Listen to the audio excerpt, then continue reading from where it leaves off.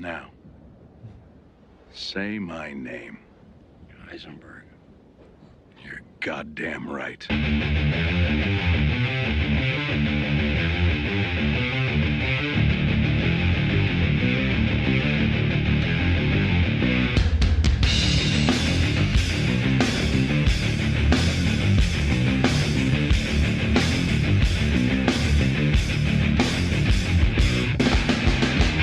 All right, guys, here we go. You asked for it. Live from Las Vegas, doing my show. I guess this is kind of really a Access Vegas show. When I'm in Vegas, it might as well be. Right? Anyways, here's your midweek stream. I have Michael Sartain, and I have Gary Grinberg. Gary Grinberg, numbers guy, whatever you want to call him. There you go, Gary, the numbers guy. The original G. Has actually flown out here and answered the call.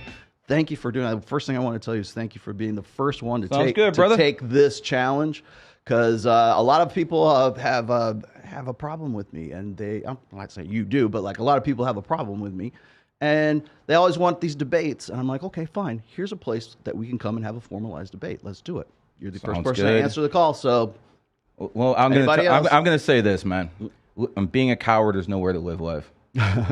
Can you give my audience a little bit of your background first? Okay. We got to introduce you. So first of all, a lot of you guys in I'm assuming Red Pill might know what astrology is, and you guys understand that chicks do this stuff and they say Libra, Mercury, and it sounds like a bunch of gibberish, and it sounds like a bunch of bullshit, to be honest. But see, if you have a car and you put a woman in the car and she can't drive a stick and this car doesn't move, you don't blame the car, do you? You blame the practitioner. So I'm basically here to tell you guys, all that astrology nonsense you heard in the past, I'm here to set the record straight. Because what you're looking at is the first person in their profession who's ever been invited to the White House under the Trump administration. And we'll go more into my history. Are you the later. Official astrologer for the Trump administration? Would you say you're the official? This is what I'm going to say. Astrologer? I'm going to say December 2020, when all the walls were closing in. Mm-hmm. I was the one they called to invite to the White House. Nancy Reagan had her own. That was an astrologer. That was an astrologer. His name was Mr. Quigley. And Mr. Quigley, no, I'm not kidding. That was his name. And Mr. Quigley would go around setting the schedule through Nancy Reagan for Ronald Reagan. But the problem was Reagan's cabinet thought she was cuckoo. So, you had a little problem here where the wife is pulling you on the one end and your people are pulling you on the other. So I understand that. But when it comes to numerology, which, by the way, supersedes astrology, I'm the guy. Just so we're clear, because this is one of the things, it's the no true Scotsman thing. Exactly. It's like these other people, these other astrologers are fake. These other numerologists are fake, but you're not. That's the argument. I'm going to make this thing. It's all about what can you show. Can you actually, what have you done in this field? I think we agree on that. What have you done in this field? Doesn't matter what you do in life. Are you the best of the best at what you do? And then when it comes down to it, the fact is everyone else is broke.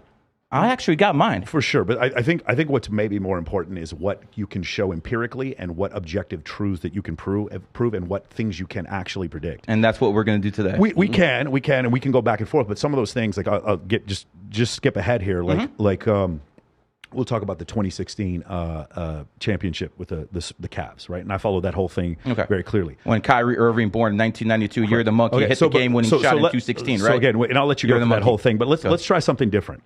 The year before, in 2015, Kyrie Irving broke his kneecap open, and Kelly Olynyk pulled Kevin Love's arm out of socket. Correct. And the Cavs still gave the Warriors a fucking beat. They almost won that series. Yeah, Andre Iguodala beat them. Yeah, and the next year, once that happened, I predicted the Cavs to win the championship, and then Draymond Green gets suspended, and then you go on a news program, and you start predicting that the Cavs are going to win. I think I made that prediction in 2014 that the Cavs would win the NBA Finals. In 2016, that's why they had me on the news. But my Twitter account got suspended. That's what happens when you say too many truths. Your Twitter account, just like you got your Twitter account suspended. So I said that in 2014, and then they suspended my Twitter account. So it wasn't 2016. I said 2014. Right, but I just don't know necessarily. Like I think a lot of people would would have thought the Cavs would have won that championship. I don't think that necessarily proves against a 73-9 team, the best record in NBA history. That went down. That went down 3-1. That were already down 3-1 to the Oklahoma City Thunder beforehand. Correct. And almost got their ass beat the time before in the finals when Kyrie and Kevin Love were injured. Now a lot of people, hold on, we're watching this. They're like, I don't keep up with basketball. The point is that was an educated guess. LeBron James was the best player in the world at the time. My point is a lot of the predictions, like you also did predict that Donald Trump was going to win the election in 2020, and that wasn't correct. So the thing is, like we're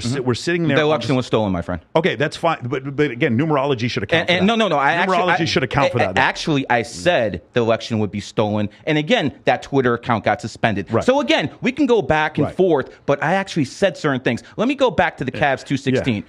When the teams just for my clarification, what exactly did you predict? I predicted the Cavs would come back from 3-1 down and win the NBA Finals. I went on the news and said it. You actually saw it. Everyone can go on YouTube, Cavs, Gary the Numbers Guy, and you will see it yourself. The point is, I don't think they were down 3-1 at the time. I think it was 3-2 at the time when you made the prediction. They were still down. And then Draymond had been suspended. The whole point is this: in NBA history, 0-32. Were teams that actually were down 3-1. None of them won. I called the first one. In the finals. Yes. In the finals. I was the first one who called it. Not in NBA playoffs, obviously. The biggest stage is the finals. Just the previous series, the Golden State Warriors were down 3-1 down to Oklahoma City, which is why I thought that they had some serious problems. And that's why I didn't think they were going to win that championship. Well, I'll tell you what, my little betting slips that year, they say it all, because I had all my money in the Cavs. Everyone in my group had their money in the Cavs. And again, I'm not perfect. I make mistakes. I'm human. Right. What I'm basically trying to say is I'm not going to be the one who's going to say everything I say is going to be 100% true. Right. I'm trying to tell you I'm better than everyone else at it. That's it. But do you see how that's problematic, though? Because one of the issues is if I'm supposed to, like, where have you won the lottery? And if I'm supposed to follow you and sometimes you're wrong, then this is not a predictable, testable model that you're putting out with numerology. So you want me to win the lotto? Is that what you're telling me? I mean, if you're a numerologist, I do think that would be kind of... Okay, so let me tell you, people have came to me and asked me that stuff before. So here's the thing. If the odds of winning the lotto are 100 million to 1 for you, sure, it'll be 100 to 1,000 to me. I'm still not going to hit that 100, 1,000, but my odds will be a lot better. Again, it goes back to the point where I'm saying I can do it better than anyone else because of my ability to understand numerology and astrology. That's it. I'm not going to win the lotto. For all we know, the lotto is fixed by the CIA as a money laundering operation. So that's probably not the best example. Or another example would be then just run a hedge fund and then just go ahead and start running. Yeah, I consult many hedge fund managers. Right, but you wouldn't even you'd be coming in here on a fucking spaceship if that was the case. Like that would be so much money. I consult with billionaires. I understand. I get that, man. But then your picks would be so much better, and you'd be able to document it, and no one would ever. This is what I'm saying here. Let's try this instead. Okay. Let me do this a different way. Okay. So the scientific scrutiny against what you're saying about numerology and astrology, just get rid of it. It's very easy. All you have to do is run a fund that does better than the medallion fund. That's all you have to do is beat their returns and then show it. But you need to start from a certain point and go through another point. Then you need to accurately predict the invasion of Ukraine, and you need to accurately predict the invasion of Ukraine. I actually did that. Again, can you please put that up on Twitter, how I said the Ukraine war would start in 2022, in 2021? I actually said that on Twitter. Did you say in March that it was going to start? I said I got the year. Why? Well, see, this is what I'm trying to say. I got the year. We all knew that they were putting troops up there. That was, again, that's not a test. Not everyone knew that. Even the Ukrainian president said they're not invading. No, he may have said that they're not invading, but we did see that they were putting troops on the border. Well, maybe you and I saw it, but most people didn't. So the fact of the matter is my prediction is valid. You don't need numerology to predict. I'm not saying you needed numerology for that one, but I'm saying the numerology led me to the same conclusion as common sense. So here's the point. If you have common sense and you see evidence pointing to a certain direction, no matter where you get it from, you're going to say, okay, this is the way it's going to be. So for instance, Ukraine. So are you saying common sense would be more practical than numerology? It's actually the same thing when you actually start thinking about it. So why don't we just call it common sense? 1 + 1 is always going to equal 2. Right. Same thing with numerology. Math is the only universal language there is. Let me start a little bit so people can understand where I'm coming from. Let me tell a little bit of people about my past, and then we can go back to the questions. Okay? So 9/11, that was one of the biggest days in world history, and it was the day that changed my life. I woke up, I saw the TV, I think I'm watching the movie Die Hard. Okay? All of a sudden, I'm thinking, wait a second. Flight 11 hit the World Trade Center that looks like an 11 side by side. They both have 110 stories. Let's see here. New York's the 11th state in the union. New York City, 11 letters. all this stuff. And I'm like, wait a second, what's going on here? Is this a coincidence? Because that's what someone with common sense would start thinking. Is this a coincidence? But see, I know history. And I've always studied history. You said you were into history too. When did the Great War end? The Great War, World War I, ended on 11/11 at exactly 11 o'clock. They were still firing bullets at each other at 10:55. But at 11, they all stopped. At that point, I'm like, okay, I don't know what's going on, but I see smoke. Because that's what common sense is telling me. At some point, it stops being a coincidence. When I see that Al-Qaeda attacked America on 9/11, I'm like, okay, that's one thing. Then when you see that Al-Qaeda attacked Mumbai, India on July 11th. I think July 26th when they attacked Mumbai. No, it was 11th. You can actually look it up because I already used this example many times. And then they attacked Spain on the 11th too. Those are the three biggest attacks in Al-Qaeda's history.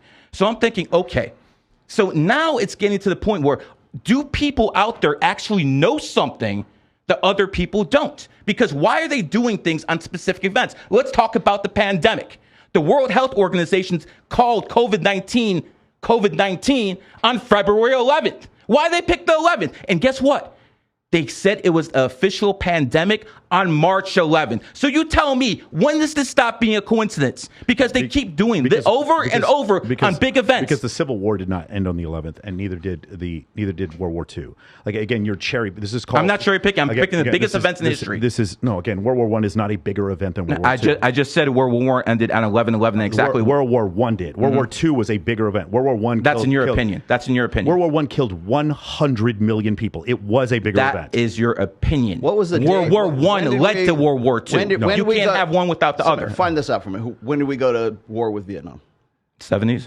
Yeah, 1965. No, it was do we know the date? The French were always dead. Again, like you are cherry picking. This is called the Texas sharpshooter fallacy. Okay, where you cherry pick different ideas, but you can't. What would happen? A coincidence would actually be if every war ended on 11, or if a predominance of wars ended on the 11. That's not what's going on. I disagree because see what happens is when you look at and I'll bring sports examples. When you look at an example, Steph Curry at the line, he hits 90% of his free throws. Another guy hits 60%. So you're basically what you're doing is saying, oh, none of this is valid because you don't hit 100%. That is not how the game works. No. I'm trying to tell you, if you look at what I'm saying, most of the biggest events in history will line up with exactly what I'm saying. But it's not even most. It's like not even partially most. It's just you've cherry picked. Tell me a bigger event than 9/11 in our history. A bigger event. The pandemic? The bombing of Pearl Harbor.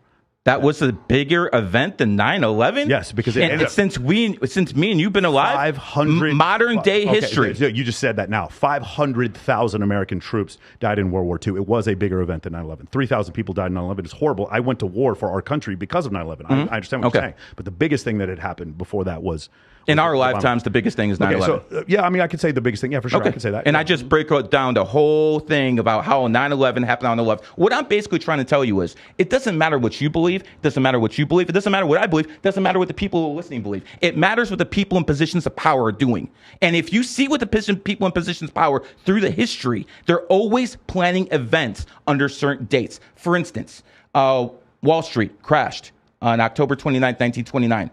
2 and 9 is 11. So before people say I'm cherry picking, let me explain how numerology works. There's only three. There's only 2 and a 9. That is cherry picking. There's only 3 possible ways to become an 11 or to be part of the 11 energy. One is to be born on the 11th. Second is to be born on the 29th. 2 and 9 is 11. And the last way is to be like Kobe Bryant. Kobe's born 8/23/1978. 8/23/1978 adds up to 38. 38 is 11. Now, the reason 11 is not broken down is because it's a master number. 11, 22, and 33 are all master numbers. I'll show you an example. Why would those be master? Why would they be more important than like any other number? It's basically like AM and FM radio on completely different wavelengths. How is that measured? How are the wavelengths measured? How is the energy and those numbers measured against other numbers? Basically, people who are 11s, people who are 22s, people who are 33s have basically dominated society. Example, Barack Obama. Let me explain. What's the metric for an important number versus an unimportant? The people who are actually have those numbers. So the numerology is dependent on the person itself? No, the numerology is when a person is born, they're imprinted with energy. Okay, so if someone's born, what kind of energy? Okay, I'll give you an example. I'll give you an example. If someone is born on the 11th, they're going to be born with charisma. People who are born on the 11th have a lot of charisma. Now, how do I actually prove this? Because me saying it means nothing. I can prove the fact that the #1 podcaster in the world, Joe Rogan, is born on the 11th. I can say the guy who started podcasting, the crazy French guy, Alex Jones, is born on the 11th. I can say the person who made it from nowhere, Candace Owens, born on the 29th, 2 and 9 is 11. I can bring up Aiden Ross, born on the 11th. How's a punk-ass kid like him make it big? Because he's born on the 11th, and people who are born on the 11th have charisma. This is a fact. But then there's hundreds of examples of people. I just gave you the top guys in the game. But it doesn't matter. No. You're telling me Aiden Ross is not the top guy in the game. Joe Rogan is, but that's the problem. First off, the Mumbai attacks were on the 26th. I just looked it up. The other thing, I'll show you the pictures of it. Okay. The other thing is this concept of like Aiden Ross. You cherry pick. You brought up this one example that Michael Jordan and who's the Kobe Bryant? No, not Kobe Bryant. Oh, the same birthday. Jim Brown. Jim Brown have the same birthdays. And your example was that Michael Jordan was the greatest basketball player of all time. Do you disagree? Of course he is. And then the idea that Jim Brown was possibly the greatest football player of all time. Well, no, but Jim Brown isn't even the best running back of all time. You cherry picked and went down. Well, according to Barry Sanders, he is the best running back of all time. Barry Sanders retired just not to beat that guy's record. So you're saying he's not, but Barry Sanders, the guy who played the game, said he is. Everyone else, the NFL's top 100 and everyone else who voted, don't even put him in the top 3 as far as Jim Brown is concerned. He's a great player, but to say he's better than, say, just even throw out Jerry Rice, Joe Montana, or Tom Brady. I was talking about running backs. Well, but again, that's not what you said. In the thing you said, the greatest football player of all time. The Hotep Jesus interview is still up there. And the point is, you cherry picked. You went down the list of football players to find one that had the same birth date as Michael Jordan. This is the Texas sharpshooter fallacy. That's what I'm saying. But I'm giving you examples of the top people in the game. When I say Michael Jordan is the top guy in the game, most people who actually understand basketball would say that because Michael Jordan's born 2/17, 1963. That's not why he's the No, top that's exactly why he is. Because he's an 11, and 11s have the best ability when it comes to becoming athletes. He's the best basketball player ever because the man was a psychopath with a 45-inch vertical who literally led the league and scored. He scored 37 points because he was an 11. It's because of genetics. It's not because of determination. Because of both. Because his father didn't accept him. Because his father accepted Larry, his brother. I got a question. Do we know when Tiger Woods was born? 12/30/1975. Is he an 11? Hold on. 12/30/1975. 12301975 adds up to 28. 28 is number of wealth. He is one of the richest athletes in the world, just like LeBron James, born on the same day as him, 12/30/1984. And again, these guys care about their money a lot more than Michael Jordan cared about his charisma and his empire. Would you say that Tiger Woods is one of the best golf players in history? Yeah, 1s and 11s are the athletes. 1s and 11s are the athletes. So now we're ones. So there's not just one. It's like a prime number. I'm trying to get the math here. The math is very simple. People who are athletes start with A. A is the first letter. By the way, the English language is collected in numerology. It's called gematria or letterology. So if you go down the list, people who are 1s actually are really good athletes, and people who are 11s. We can go down the list, and you'll see nothing but 1s and 11s, pretty much with all the main sports. We'll actually see other things besides 1s and 11s. That's the main thing you're going to see, though. Yes. No, it isn't, actually. It is. In fact, they just did a study where they looked at billionaires in China under their different astrological signs, and they've actually found... I don't do astrological signs. Okay, well, no, these are year of the snake, year of the rat, those astrological signs, Chinese astrology. And in doing so, they found that actually the ones that were supposed to be the poorest, that was the most common astrological signs for Chinese billionaires. I can't comment on other people's work. But when you do anything, like the University of Cambridge did multiple studies on this and found that, you made the statement before that Geminis are more likely to suffer from mental disorder. There is no evidence to support this whatsoever. There have been numerous studies to do this. There's one study where they did 10,000 men who enlisted in the U.S. Marine Corps and tried to see if their astrological signs lined up with Mars. They lined up with Venus more often than Mars. I don't do that astrology. That's what I'm trying to tell you. But you're trying to tell me about that chick stuff. I don't do that. Again, one more time. I heard you on another show sit there and talk about Gemini. You talked about Aquarius and you talked about That Pisces. is not what I'm known for. I am known for Chinese astrology, and I'm known for numerology. You're trying to bring other stuff into it. I don't do too much. I don't even teach that stuff that much. I got you. But you might want to ask Hotep Jesus to take that video down because there's no reason to. Because you did talk about what's called Greco-Roman astrology. You talked about on numerous cases, or Vedic astrology. They use very similar signs. Have you ever talked about ballet dancers? Probably not. No. If you've never in your life one time mentioned ballet dancers. What's her name? Jenna Jameson used to be a ballet dancer. Okay, so you probably mentioned it sometime. Does that make you? You know who I'm talking about. There's a ballet dancer. There you go. Good stuff. The car thief, right? Yeah. Anyways, what I'm basically trying to say is just because you say something once doesn't mean you're an expert on the subject, okay? I brought up Western astrology. I don't even teach that stuff. I teach Chinese astrology, and we can go into that if you want to. I can bring up the fact that John Jones, born in 1987, the year of the cat, won his first UFC title in 2011, the cat year. In the cat's enemy year, the rooster, he got stripped of the title in 2017, and then again in 2013, the year of the cat, he becomes a champion again. I got a question. I'm the newbie here. I'm trying to parse out like how you come to these conclusions. So, like for instance, I'm looking at Tiger Woods, December 30th, 12th month, 1-2, all right, 30th, 3-0. 1975, 1975. What's his number? Okay, how do I come to the number? So you do 1 + 2 + 3 + 0 is 6. 1975 is 22. 22 and 6 is 28. Then you reduce. 2 and 8 is 10. 1 and 0 and 0. So he's a one life path. Why do you reduce?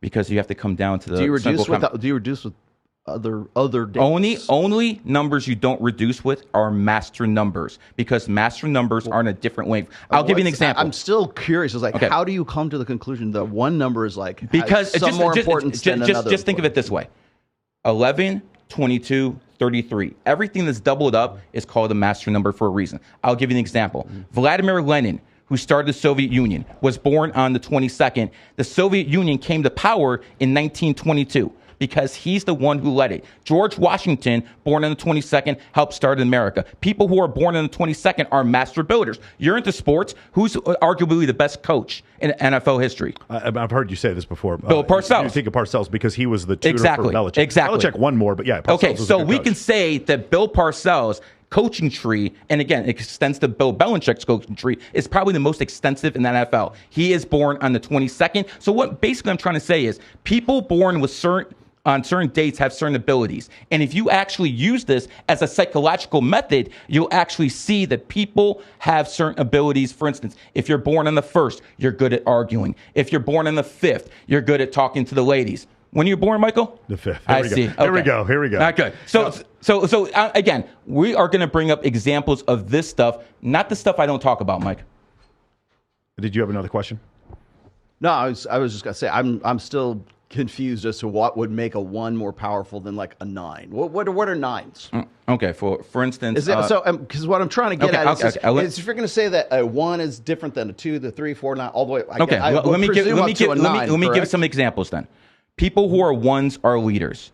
Even women who are 1s have leadership abilities. Sheryl Sandberg, CFO of Facebook. So people who have 1 energy. I don't know if I listen. Leaders, but go ahead. 85% of women have no leadership abilities. But the women who are born on the 1st, 10th, 19th, 28th, because they have the male energy, 1 is male energy, they have those leadership abilities. Napoleon was a 1 life path. He was a leader. People who are born on the 2nd are good at writing.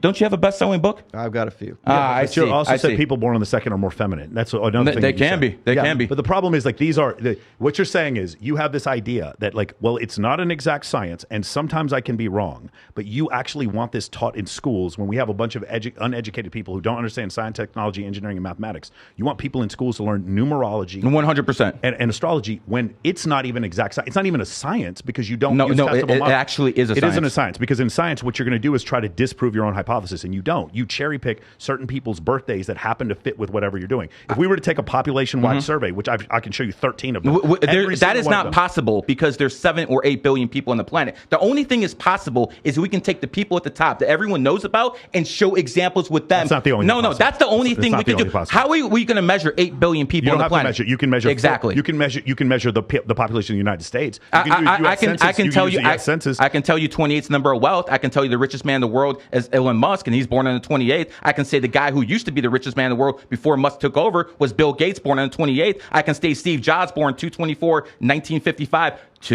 1955 is a 28. Hold on. He started Apple on 4/1/1976, adds up to 28. You're laughing, but he's a billionaire using this stuff. Yeah, but that's the fact. You're laughing, but he's a billionaire using this information. He wasn't using this information. He did not use the information of when he was born. No, he actually did. No, he did not use the information of when he was born to build Apple. How do you know that? He used Steve Wozniak to help him build Apple. Steve Wozniak created the Apple computers. Right. He actually created the brand. Well, no, I agree with that. But this what whole number idea, is Steve Wozniak? 7, genius.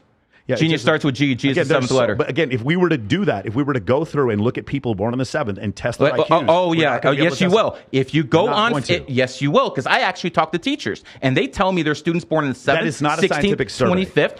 That's not scientific at all. That's How it's not scientific? It's scientific. What you'd have to do is you'd have to have a population level study of like maybe 60,000 people, and you would test people not born on the 7th. You would test all the other dates versus the 7th, and you would find some sort of positive correlation. There's no positive correlation whatsoever between somebody born on the 7th and their IQ. None. Zero. There is no one more time. There is no positive correlation between billionaires and people born on the 28th. Absolutely none. Then why is the richest man in the world born on the 28th? Explain that.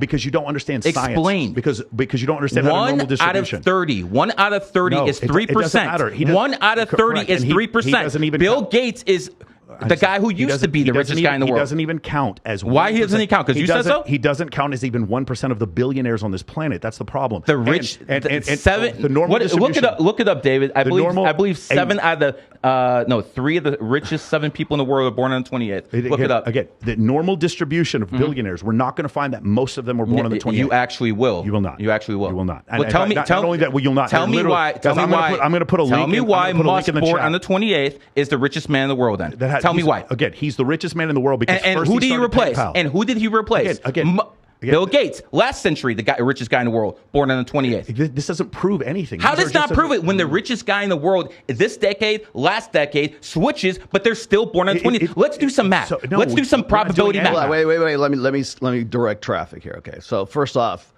the idea is correlation and causation. Is the correlation the causation, or is the causation correlation? Is like, how do you find out in a with the scientific method that what you're saying, because what you're arguing for at this point is really that correlation is causation. So look at all these coincidences here. That's what you call them. Well, no, here's the thing is, okay, so coincidence, whatever we want to call them, you're looking at a series of incidents, right, that all coincide, okay? So if you're going to say that so-and-so was born on the 28th, this guy's born on the 28th, Tiger Woods, I don't know how the math works out. If you're looking at these little statistics or these stats here with these individual people, what you're saying is there's a predictable framework amongst all of this. So what would happen is if somebody was born today and they happen to be on the 28th, then if we track that person is destined to some sort of greatness or something like that. So what I'm asking is what is the process? What is the scientific, measurable, testable, experimental process that says, if I watch this kid who was just born today on, I don't know, April 28th or coming up pretty soon, right?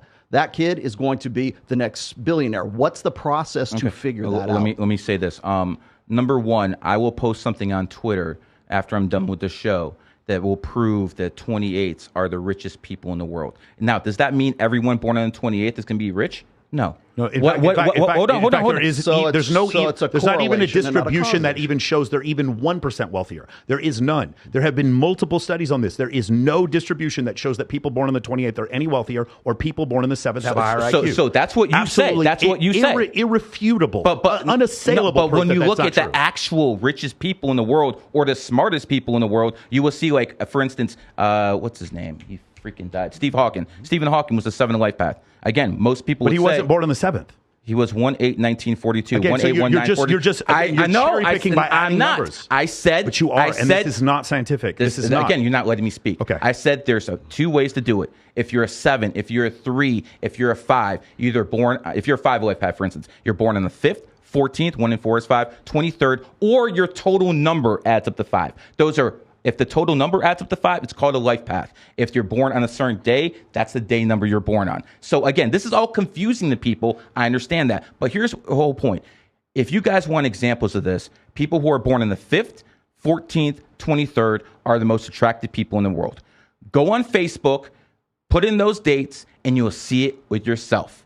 It's very simple. See, that's the thing about numerology. I always wondered why some people were rich. Now I understand why. They're born on the 28th or they're 8th. I always want to understand why some people were actually, really funny. Well, people born on the 3rd, 12th, 21st, or 30th are the funny ones. Chris Rock, Roseanne Barr. When you look at things from an everyday perspective and you start looking at it through these lenses of understanding how numerology and astrology works, you start looking at the world in a completely different way. Let me just say a few things. Michael Jordan, born 2/17/1963, 11 life path, mentored Kobe Bryant. Kobe Bryant, born 8/23/1978, mentored Kyrie Irving. Kyrie, born 3/23/1992, 11-11-11. Here's the point. And it couldn't be that they all had really great natural. They're all great athletes and they're all 11s. The point is, people with certain numbers gravitate towards each other. Now, let's talk about you. What's your day, my friend? What's your birthday? My birthday? Yeah. April 2nd, 1968. April 2nd, 1968. 421938 adds up to 33 and 0. 68. Not Don't age me too. Okay, my 30 bad. years. You're basically a 3-life path in numerology. What's your birthday? October 5th, 1977. Okay, so you're basically a 3-life path in numerology. Look at this. The two people who are running the podcast, 3 is the number of communication. Communication starts with C. C is the third letter. And voila! Why is 3 the number for communication? Because why couldn't I just be born it coincides with the word C? I'm sure there are other languages that don't use C. Why couldn't I just be born on the 3rd, dude? Like, you just add up all these numbers, and it's just like, it's crazy to me. Like, first off, Kyrie Irving falls very short of Michael Jordan. He shouldn't even be using the same fucking sentence as him. Okay? Kyrie Irving believes he probably has the best handles he does, in NBA history. Absolutely. Okay? Absolutely. But Kyrie Irving also believes the earth is flat. The dude has he has some serious problems. You know what? At least Kyrie Irving isn't vaccinated like 6-7 billion people on this planet. And now that we're talking about that, let's just say this. I am not vaccinated, sir. Are you vaccinated? I am not vaccinated. Sir, are you vaccinated? I'm a U.S. military officer, yeah. Okay, so you actually were forced to get vaccinated. That wasn't forced, but I'm a retired officer, and as soon as they told us, I see. So you actually trusted the government, and you got the vaccine, correct? I trusted the government to build an airplane that I fought in 2 wars over. So yeah, I mean, okay. I trusted the government to get on a commercial airplane too. So here's the point. You trusted the government to take the vaccine, and now most people understand that vaccine was a lie. I don't think most people understand that. I think some people. Wait. We're both 30 live paths. I didn't take it. He did. So how does that? You probably have more sense than him. But here's the whole point. That must be what it is. Here's the whole point. There we go. Thank you for the more sense, bro. Thank you for the more sense. The fact that you took the vaccine is a major hit on your credibility. The fact that you trusted the government and you took the vax is a major.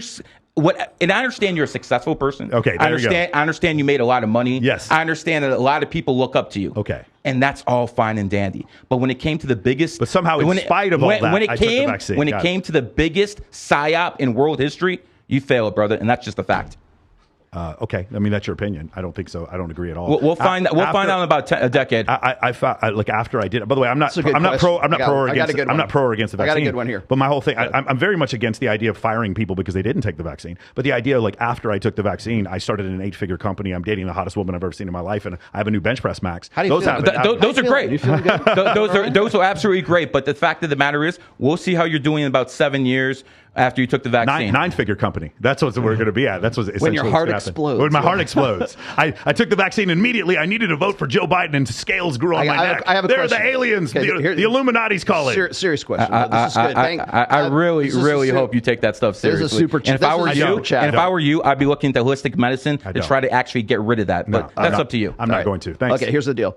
Rusty Fuel, thanks for this super chat. This is great. The premise is wrong because the calendar many times over the last 7,000 years has changed, has shifted. Outstanding. I love the fact that how does that gel? And then the other thing is, I'm sure there are other cultures that, like, for instance, the Jewish culture, the Chinese culture, they track our years in much different ways than we do. So that's number one. So how accurate can it possibly be if we've actually shifted? Dates and who asked that question?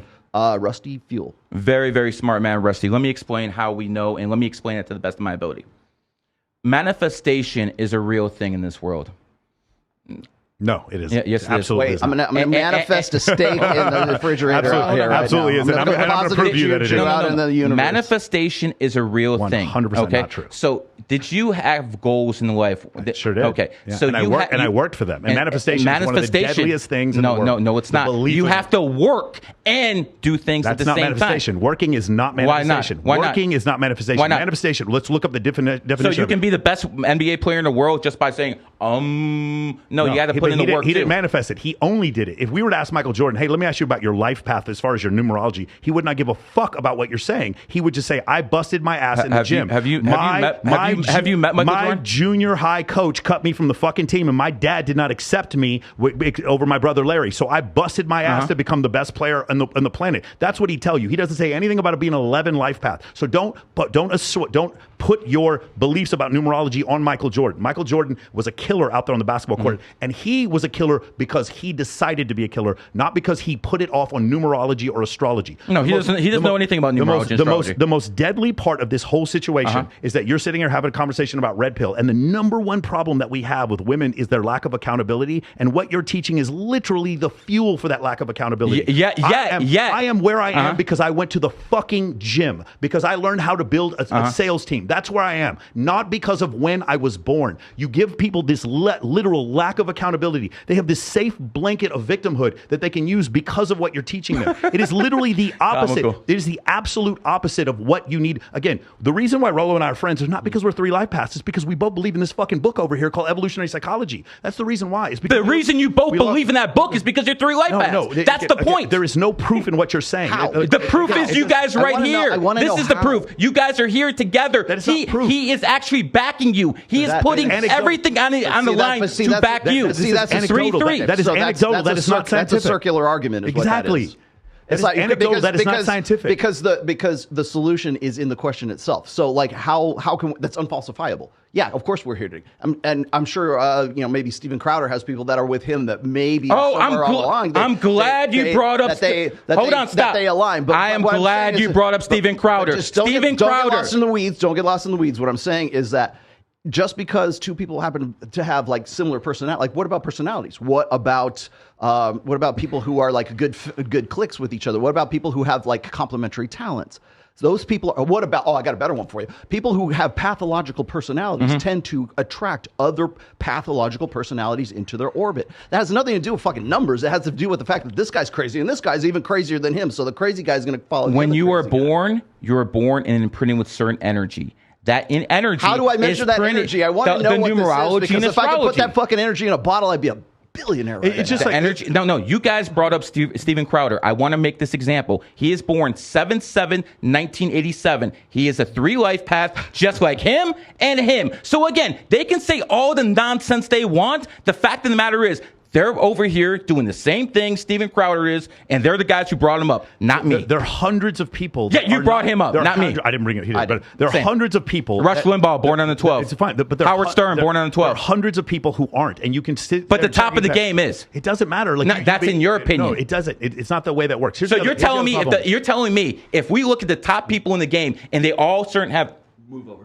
Yeah, it's that way. You're not in the middle of that. So if you're telling me the top people in the game are all a certain number, it means nothing. Yeah, correct. But first off, you're cherry picking who the top people in the game are. Number one, and you tell me who the top people are. Number one, you don't say the third. You say 112 is also the same thing, and it's like very convenient because if you're born on the 21st, then you're also 3 life path. It's like you have all these. I didn't say a 3 life path. You have all these fucking ejection. I don't have outs. Always. I don't. Let's go back to the hold on, because I don't want to skip back because you definitely do this thing where you keep throwing things at people before they can research it. The manifestation thing. Yes. Those poor kids who lived in Poland in 1939 when the Nazis invaded, they didn't manifest getting thrown into ovens. No. And those Hutus and Tutsis that live in Rwanda, correct, and 1 million people died in 100 days, they didn't manifest getting butchered. No, they didn't. Julian Khashoggi, when he fucking questioned the king of Saudi Arabia, he didn't manifest getting killed by a fucking bone saw. Those things are not manifestation. No, those things are not true. You did not manifest those things. The 100 million people that died during the wheat famines under Mao Zedong did not manifest. And neither the people who died in fucking the Holocaust. Manifestation isn't real, or rather, there is no evidence. No. There is no evidence. Manifestation is very real, and the point is, only a few people have the ability to manifest. Again, that's the whole point. What an incredible escape route for you. It's not an escape. It's not an escape route. I'm the only true astrologer. I'm the only true numerologist, and only things I do sometimes are wrong, and we can change all these other things. Like again, man, there's no way this is a science. You have to be able to disprove your own hypothesis, and you don't even attempt to do so. This right here proves it's real. It doesn't prove it. Me helping the Golden State Warriors win a damn championship. Again, that is real. Okay, let's do this real quick. In the chat.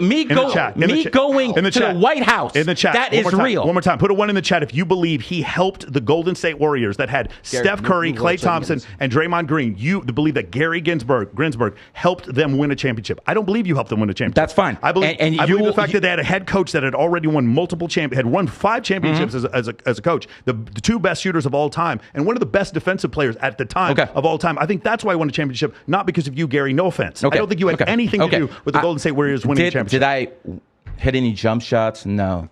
Did I do any coaching? No. But you have to ask yourself, who put the team together? who told certain people to sign with Golden State Warriors? That's the part you're missing. Hold on. How did you do that? And that will come out in the future when certain players retire, and I cannot affect their money, and I can't affect their endorsements. So we can't know until they retire. When certain players retire, all of this is going to be real. There's only one possible person you could be talking about, and that's Kevin Durant. And I don't believe that you told Kevin Durant to sign with it. No. But because here's the thing, nobody else really affected it that much. You're wrong. You're going to say Andre Iguodala, but it's not that big. Who won the NBA Finals MVP in 2015? Because he shot so poorly. It's always because of something. No, but it happened. It was a fact.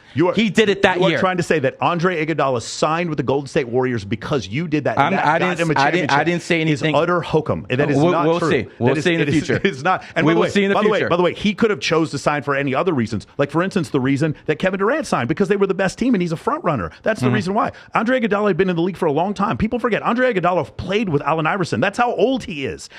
So this idea that all of a sudden he signed because you said this and that you get a ring because of that is not. Again, what you're doing is taking anecdotal evidence and you're blasting it onto people who don't know better, and you're confusing. I will tell you this. Andre Iguodala, born on the 28th, when he went to Miami, he wore the number 28. So he's rich. Ask why. So he's one of the richest players in the world because he's 100%. He's one of the richest players in the world. But no, he's not. He's not one of the richest players. He's worth over $200 million. What about you? So according to all the NBA players, it wouldn't even put him in the top 10%. That's the problem. Bogut, garbage ass player, born on the 28th, got a big contract. Anderson Verjon, another garbage ass player, born on the 28th. That's why they got the big contract. I want you to everyone stop and listen to what he's saying. He's literally cherry picking Bogut and Anderson Verjon. He's cherry picking players. There's so many people. Kevin Garnett would sign a huge contract. So did PJ Washington.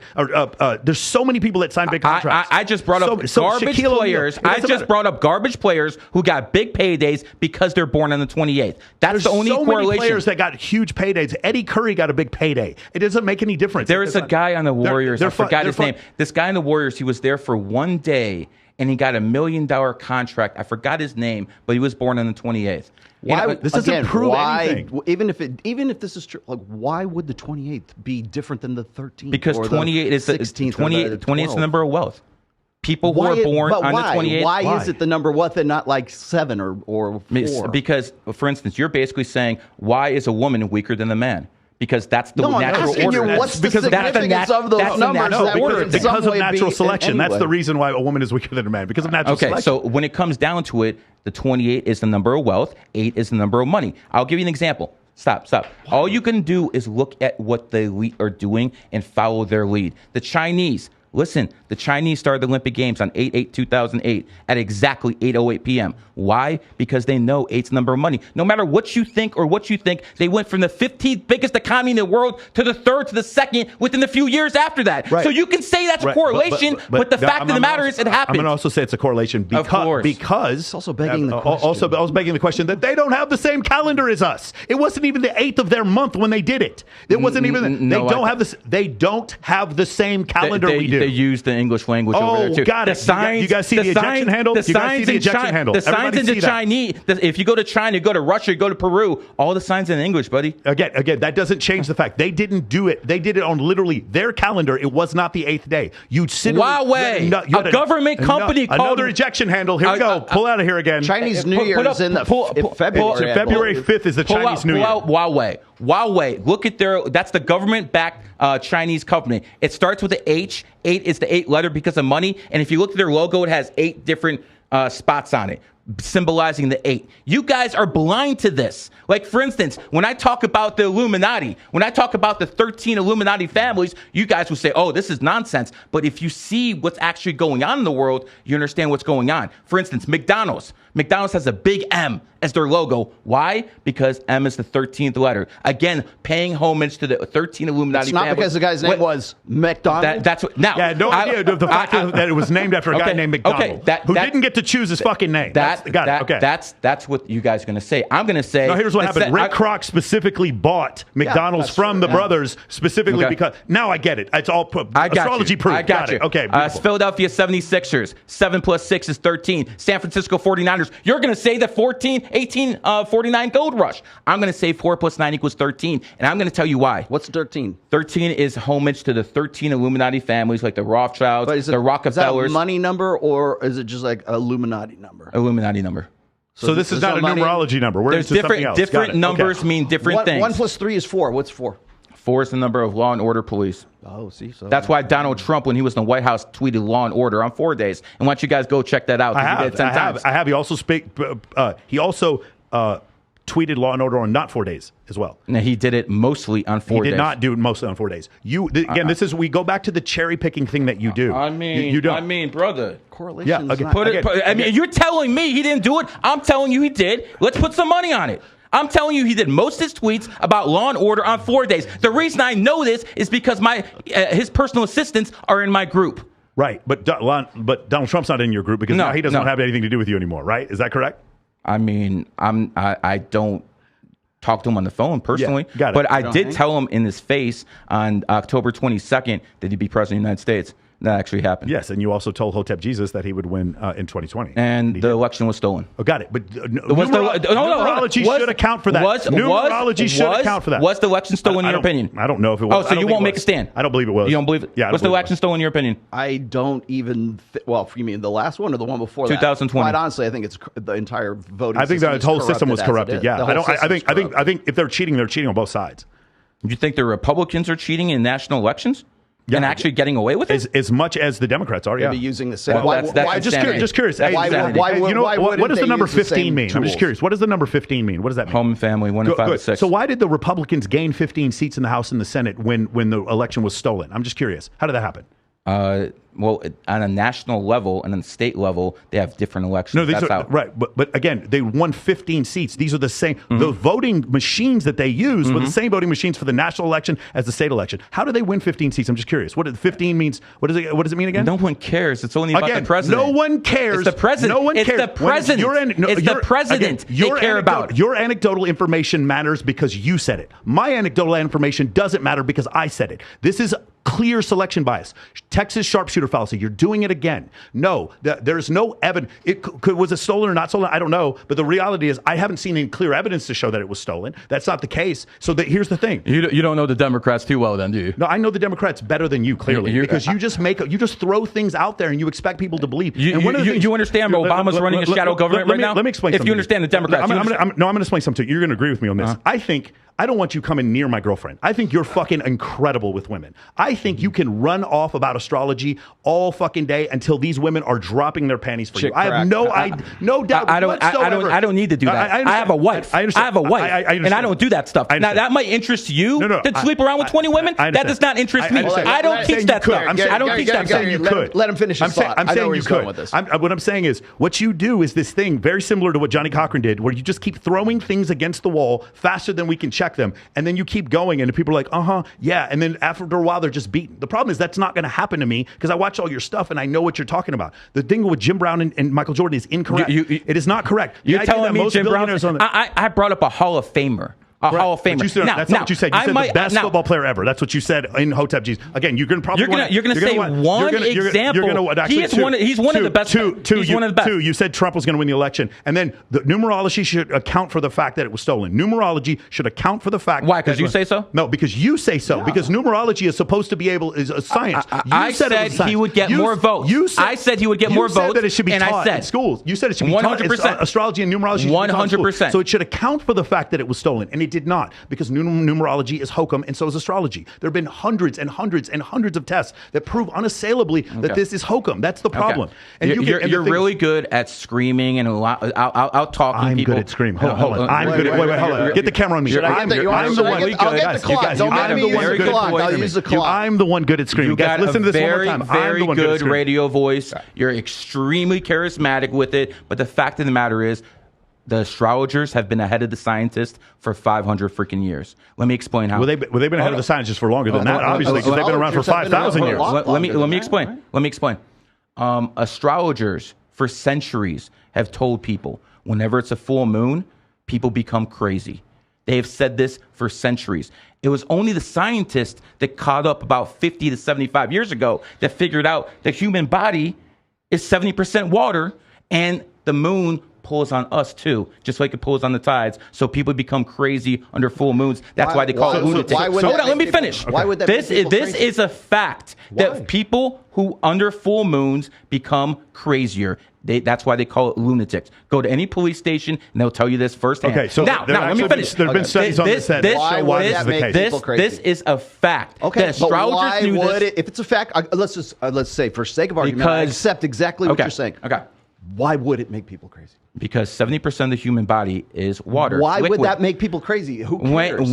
When the moon how does water in your body? Okay, but if it's pulling on you, what is the pull, the gravity that triggers? Like I'm going to go. Water having an upward pull does emotion. What? Emotional energy. It doesn't. Emotional energy. It's neurochemical. Emotional energy is stored in water. Emotional energy, just like it's stored in air. It is stored in neurochemicals in your fucking brain. Liquid.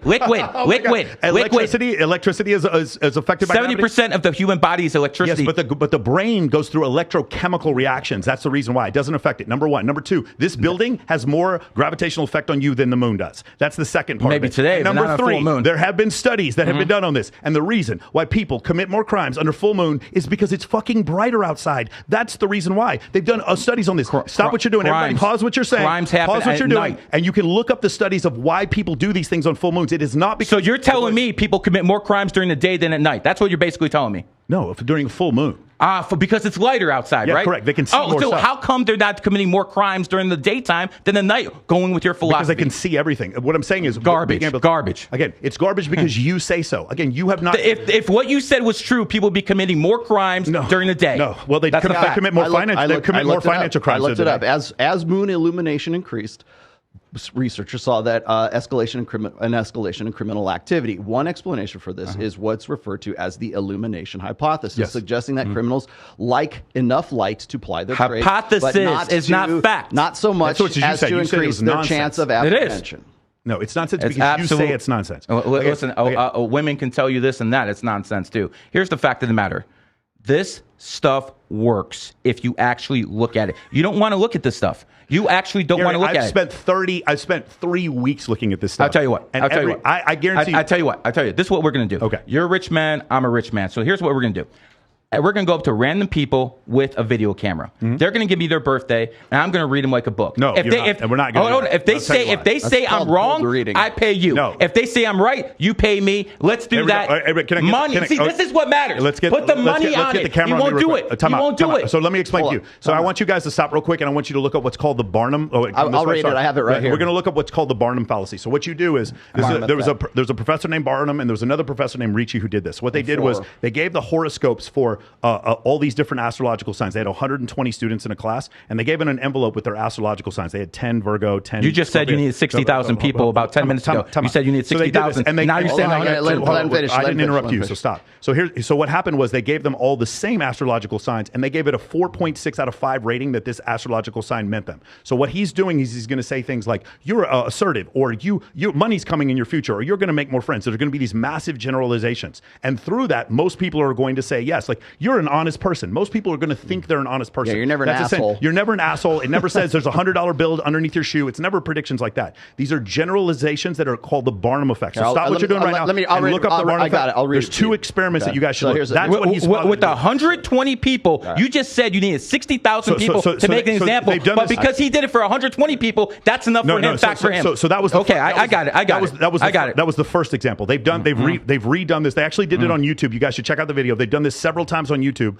where they actually did they redid the Barnum effect several times, and every time it comes out the same way. I got it right here. Okay, Barnum effect. It's also called the Forer effect. That's what I'm familiar with. In psychology, the phenomenon that occurs when individuals believe that personality descriptions apply specifically to them, more so than to other people, despite the fact that description actually filled with the information that applies to everyone. The effect means that people are gullible because they think that the information is about only them, when in fact the information is generic.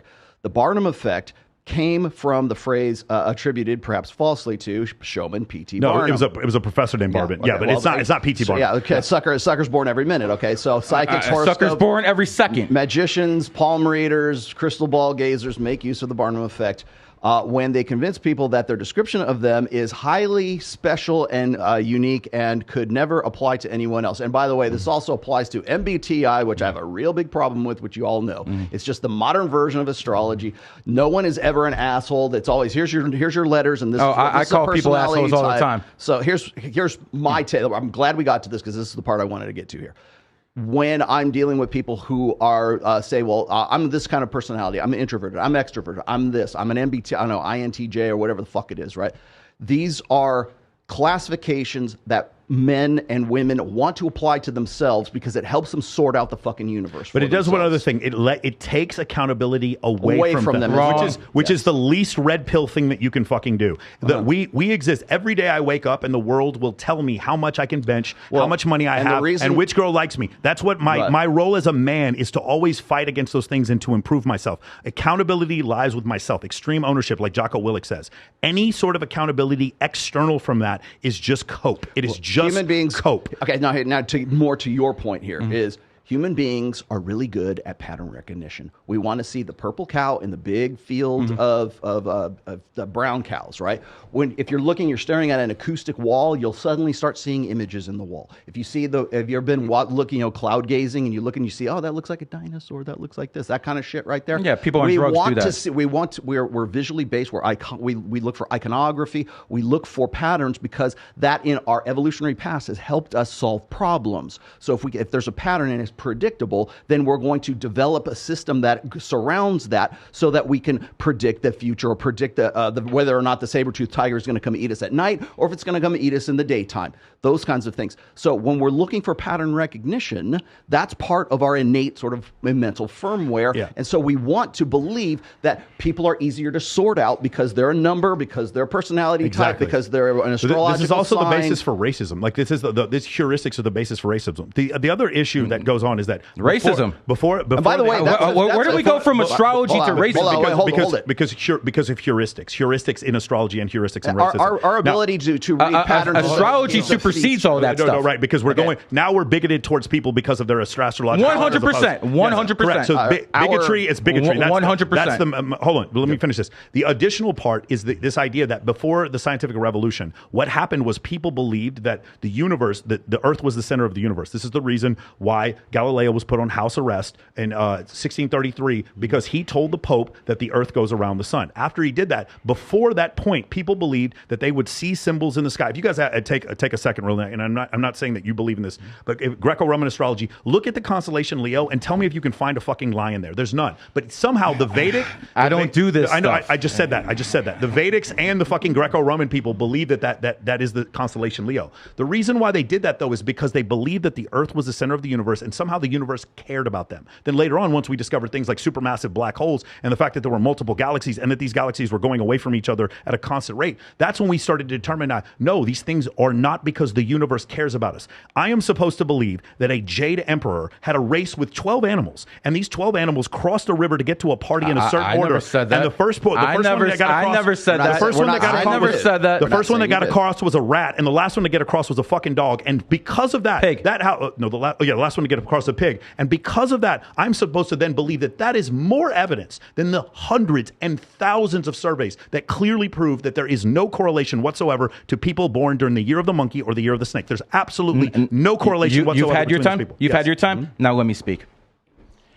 When you're born, you're imprinted with energy from the numbers you're born to the astrology you're born. When you're born, you're imprinted with energy. Now, just to give some basics of how this works, the rat is enemies with the horse. That is why Kobe and Shaq did not like each other. One was a rat, one was a horse. You say you can't predict things. The horse enemy is the rat. Kobe died in 2020, a rat year. So again, enemy signs. Next enemy sign combination. But you didn't predict him to die. Hold on. Let me finish. You had your sign. Let me say it now.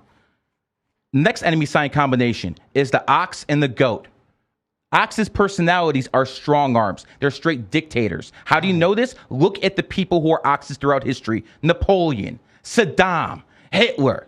They were all oxes, and ox's enemy year is the goat. So let's talk about what happened. Saddam, born 1937, year of the ox. First Gulf War, 1991. You know that. You're a military guy. Second Gulf War, 2003. Both goat years, his enemy sign. Fact. Hitler argument. Hitler was born. Conclusion is included in the premise. Hitler was born 1889, year of the ox. He lost Stalingrad. He lost Kursk in 1943. War over. That's it. His enemy year. That's examples over and over. America founded 1776, year of the monkey. Last year, America's economy was not too good. Why? Because it's the year of the tiger. Okay. I'm not done yet. Okay. Tiger and monkey are enemy signs. Last year, who became a star? Who became the star last year? Your boy, the tiger, Tate. And when it happened, he's a cobra. No, I'm the fucking cobra. Yeah. He's the fucking tiger. Okay, he is born in 1986, the year of the tiger, and he became famous in 2022, the year of the tiger. Guess what? I told him what happened on the phone call in 2019. I would argue it was way before that. I would also argue that the Gulf War started in 1990, not 1991. You got that one wrong. Wait. When did they invade? They invaded in 1990. No, they invaded in 1991. Gulf War. They invaded in August 2nd, 1990 is when they invaded in the first Gulf War. No. What was it? 1991.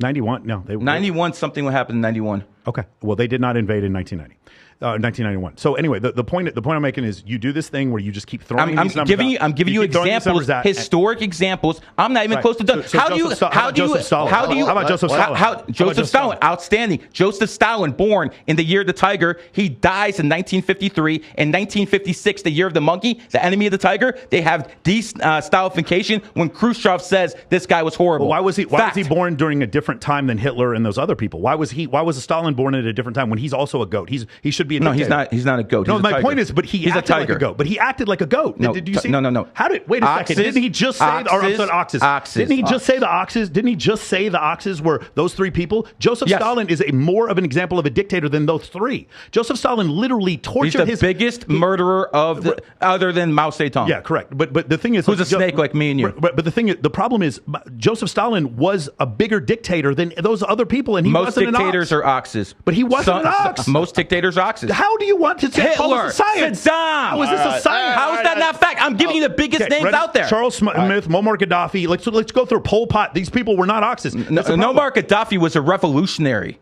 He was not a fucking dictator. He was a revolutionary. Muammar Gaddafi was not a. He was spreading revolution throughout Africa. Was he a tiger or an ox? He was a horse. He was a revolutionary. But this just doesn't fit at all. He was also a dictator, bro. Like I was waiting for a tiger. It's crazy, man. But what he did was way different. He didn't murder his people like Saddam. He murdered a lot of his people. Not his own. He murdered people in Sudan. He murdered people in other countries. He didn't actually try to genocide his own people. Now, I personally think Gaddafi was a good guy. Okay. But he was a horse. Yes. What was his number? 11. Charismatic leader, like most of the leaders, like Hosni Mubarak. How was his number 11? He's born 6/7, 1942, 6/7/1942. Adds up to 29, 2, 9, 11. You have an eideltic memory. What's that? Eidetic memory. Well, I don't know that. Photographic memory. Yeah, photographic would be different. I think there's a different word for remembering numbers. But Garrick Sandoval asked, how do you explain people's moods change when Mercury's in Gatorade? I don't do that shit. Talk to the fucking bitches about that garbage. I don't do that. Okay? Listen, I'm not fucking out here fucking giving matchmaking advice while I've been fucking divorced 3 times. That's those fucking bitches do that. I have been to the same woman for freaking 20 years. And I'm going to tell you guys out there something. I married my girl when I was broke. These red pill guys over here, and again, no offense, this is what the red pill community does. I was broke too. Okay, this is what these red pill communities guys tell you. They say, go out there, get rich, and then get your woman. Wrong, because all you're going to find is a freaking gold digger. That's a straight up fact. You need to find your woman when you're young, when you're broke, so you guys can grow together and bond together. And one more thing. Don't fuck around with American women. I really don't have any problem with this, but I think there's a second solution, which is when you meet a woman and you're wealthy, just don't let her know you're wealthy. There's another way to do that. So you're going to lie to her?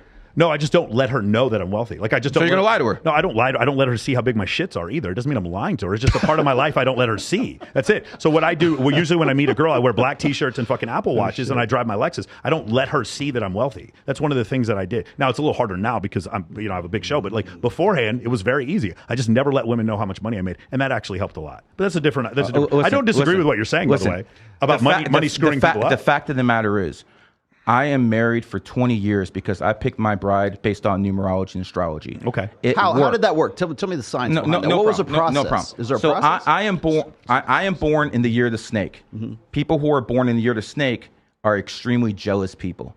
That's a fact. You're a jealous person. No, not at all. Okay, quite the opposite. You can say whatever you want. Snakes, quite the opposite. Snakes tend to be very jealous and very vindictive. If someone crosses them, they're gonna fucking go after them. And by the way, psychology, when people do this, they're lying. So he just did that. So when it comes down to it, fact out. That's body language psychology. Again, total hokum. Body language psychology. When you touch your nose, you're lying, bro. Bro, I have allergies. Number one. You just had an allergy right after you said that. I have allergies. Okay. I'll literally show you my doctor's report. I go to an allergist once a week. Number one. Number two, the whole body language thing has been completely thrown out of court. It is total hokum. It is total hokum. None of it is true. There's no one tell for any person. Even poker players will tell you this. The tell for guy A is different than the tell for guy B because there's no universal way to tell. I'm going to trust you, not CIA agents and SB agents. Okay, whatever. CIA agents do not tell you that they can do that. CIA agents do not tell you that they can always tell when someone's lying. They can not always. They can tell when someone's lying under duress for certain. But the other thing that they have is when they can tell people are lying is they have information, external information to be able to tell this. 100%. I'm not a jealous person. Every girl you'll tell to will tell you 100%. Okay. They're like, I wish Michael was more jealous. Number two, there are people who have literally defamed me, and I say nothing about them. I'm not the least vindictive person you'll ever find. The problem is that I live in the real world, and there'll be multiple hundreds of people that will attest to what I'm saying. What you're saying, maybe it's true, but it's definitely not true about me, which is further to my point. Okay. It is not an exact science because it's not a science at all. That's the thing. I can find exceptions to every single thing that you're talking about. Let's go through you, and you tell me if I'm wrong or right about you. Sure. Okay. You're born on the 5th. People who are born on the 5th all travel quite a bit in life. Is that true about you? Not anymore. I think. But no, I didn't. Not anymore. I said if it was true when in your life. When I was in the military, I was forced to travel. Okay. Yeah, I hate travel. You've had plenty of hoes on the team, correct?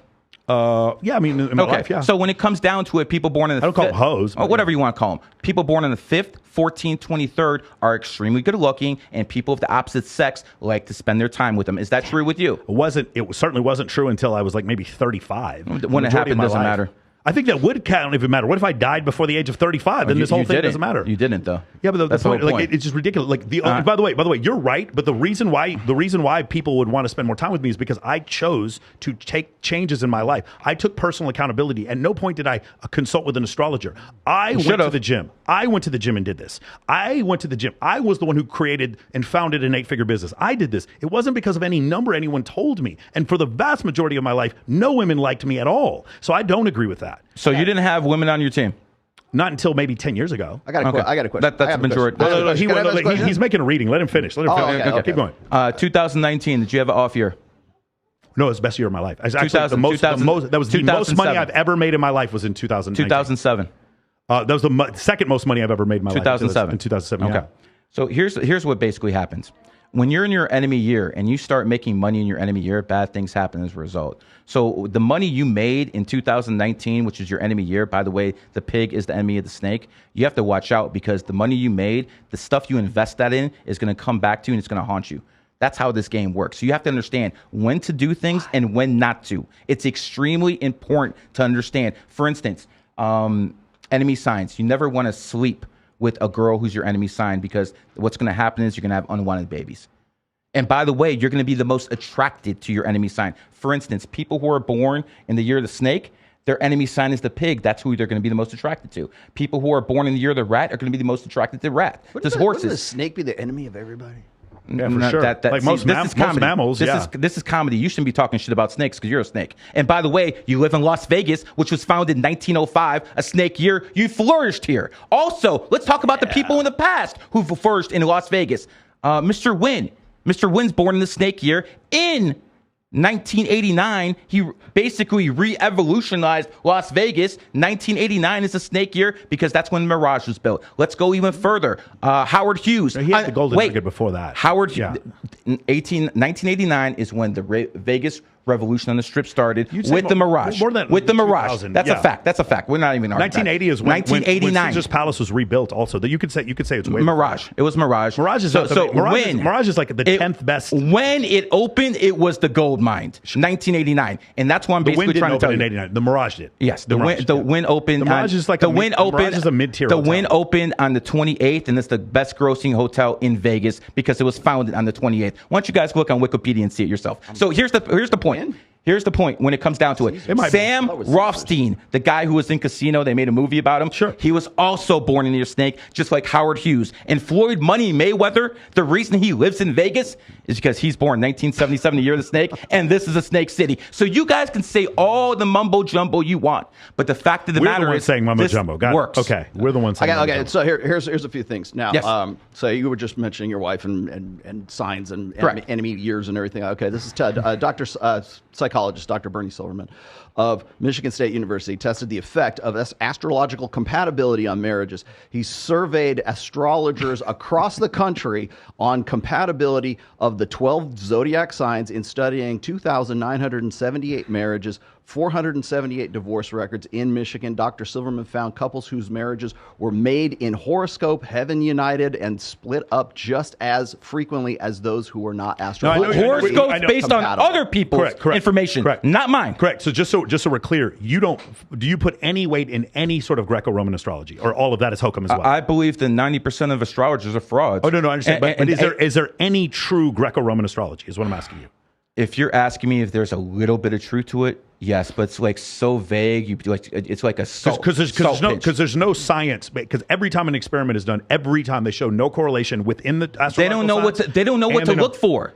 They don't know what to look for. They're going off information these broads make up. Well, this is all nonsense. There was a male astrologer in the last one that I saw as well. I'm the only one in the game, dude. There's no one else here. The only people who do this from a male perspective, all my students.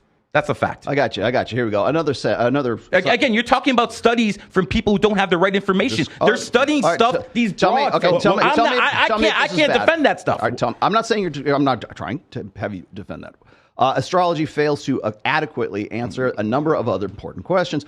What is the mechanism the planets use to exert their influence over men? Suppose, like you just said, the moon pulls on everybody and makes everybody nuts, right? So that's why I read this one. Okay, supposedly we are affected by the gravitational pull of the heavenly bodies at the exact moment of our birth.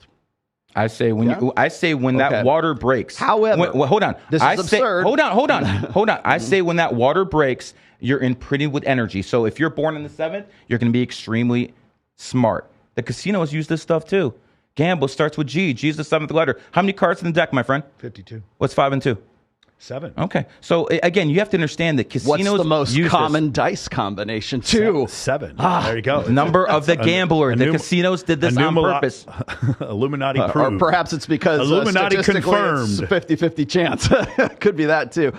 Supposedly, we are affected by the gravitational pull of the heavenly bodies at the exact moment of our birth. However, this is absurd. At least this is the opinion of Andrew Frank Noy. I can't remember the guy. I don't think much of Andrew's opinions at all. Executive officer of the Astronomical Society of the Pacific in San Francisco, an international scientific and educational organization. The gravitational pull of the obstetrician is 6 times that of Mars. Correct. Okay, guys. He has also pointed at the hospital building in which the person has been born 500,000 times more than the Mars. Gravitational pull of Mars. Guys, you're basically pulling up like Dr. Fauci's work and asking me to defend it. I cannot defend other Fauci, people. This is gravity. This is all garbage. Measurable. Okay, listen.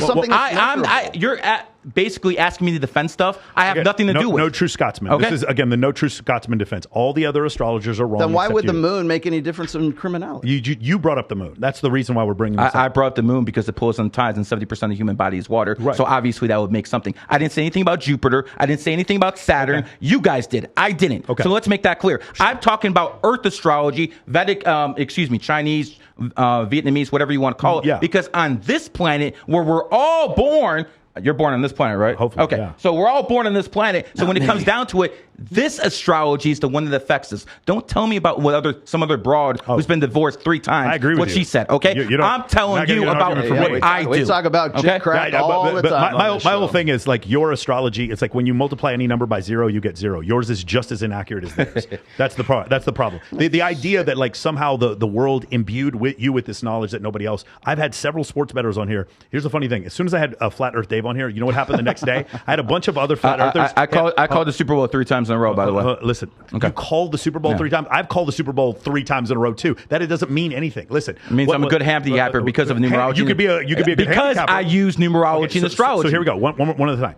So what'll happen is the day after I had Flat Earth Dave on my podcast, I had a bunch of flat earthers hit me up and be like, "That dude's a fraud, and you should listen to my version of Flat Earth." The day I had Vegas Dave on my podcast to talk about sports betting, after that, I had numerous other sports bettors hit me up and be like, "That guy doesn't know what he's talking about." So this is called the no true Scotsman defense. Basically, everyone else is false except me because this is provably untrue. The reason why nobody does Greco-Roman astrology is because there's so many videos right now that just completely dunk on Greco-Roman astrologers. The reason why he's doing Chinese astrology is because nobody even thinks to try to debunk it because you can't debunk it. Well, you can because there has been a video. It was a TED Talk where this one woman, she went through all these famous people and all these billionaires that lived in China and showed that there was no correlation between wealth and what sign you are. This is unassailable. This is over. There is no correlation whatsoever. How many black billionaires are there? 12, 15, somewhere around there. Okay.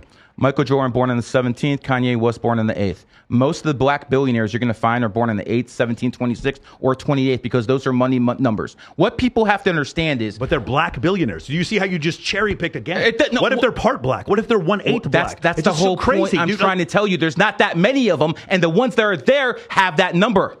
That's what I'm trying to tell you. That's not scientific at all. The scientific fact is this. You go to Walmart, all the prices are in 8/8 because 8's the number of money. You go to Rolex, all their ads have a 28 in it because it's the number of wealth. What you believe is irrelevant. What the people in power believe actually matters. And you might have an 8-figure business, and guess what? I might have one too. But the fact of the matter is, you're a pleb, I'm a pleb, he's a pleb. We might be high-class plebs, but we're plebs. I agree with that. We're not the elite, and the people who are in power, they use this stuff. So you might choose to reject this. You might see this as fallacy, and that is your opinion. Sure. And that's all. More power to you. The fact of the matter is this. The people in positions of power, they use this. And let me just finish with this. Yeah. You want to say this is nonsense?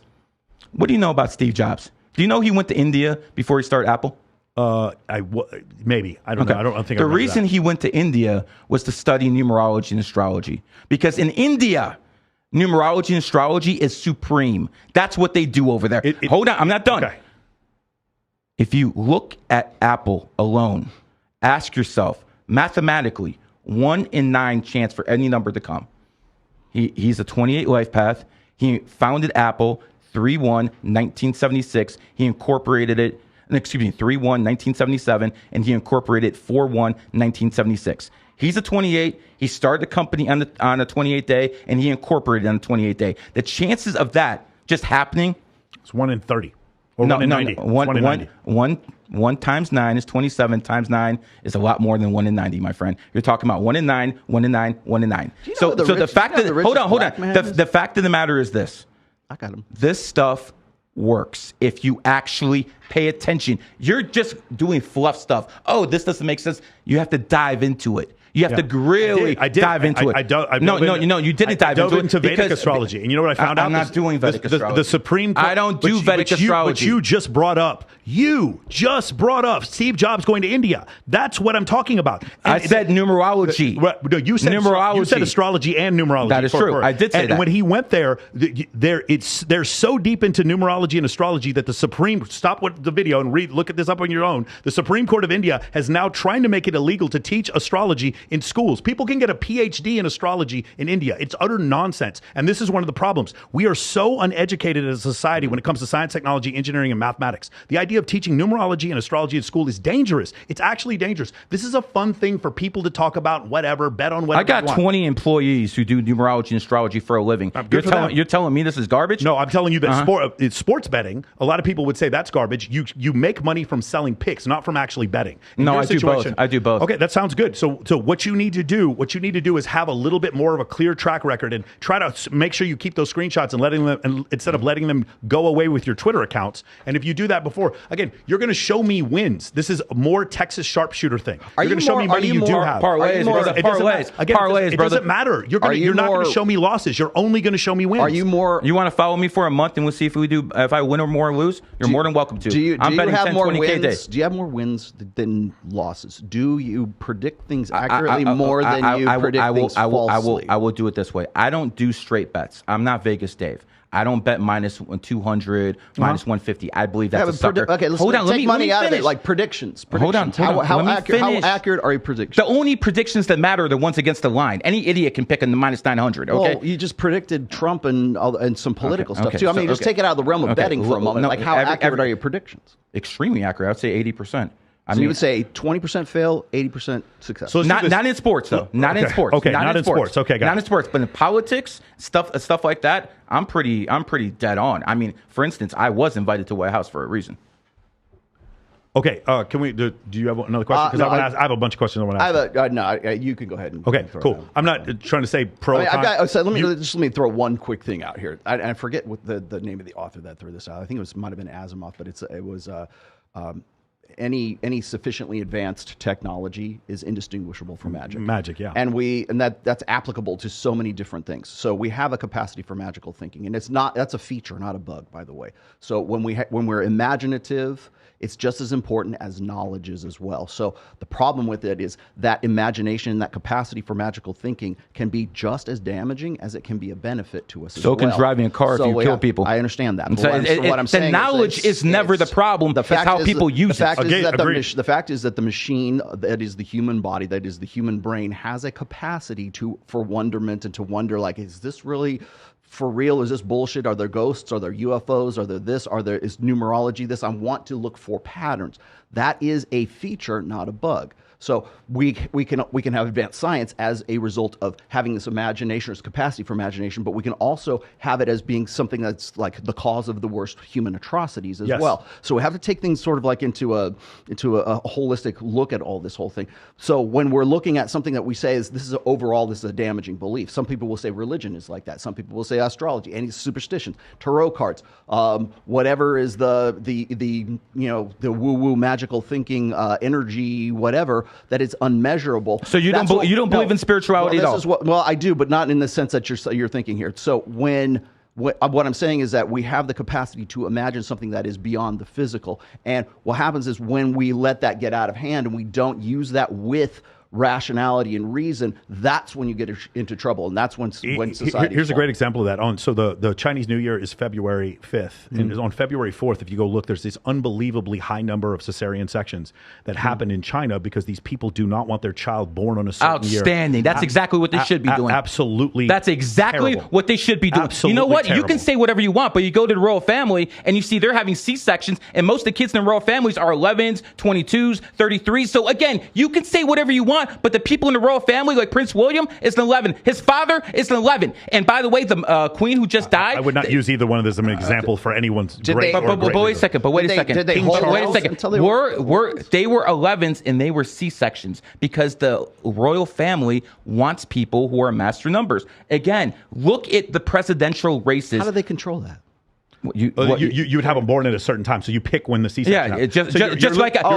You're having healthy young women having unnecessary surgery because of this hokum. Yes. I didn't understand. Basically, both my kids were cesareans, and they both were picked on the same day. And guess what?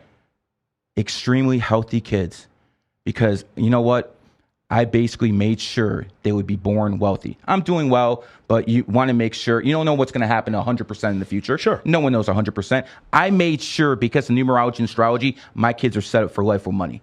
Other things, that's not the only thing in life. No doubt about it. But they are set up for money because I made sure they were born on the same day, on a certain day. I suggest that people start looking at this stuff and do the same thing. Again, don't take my word for it. Forget what they're saying. Look what the elite are doing.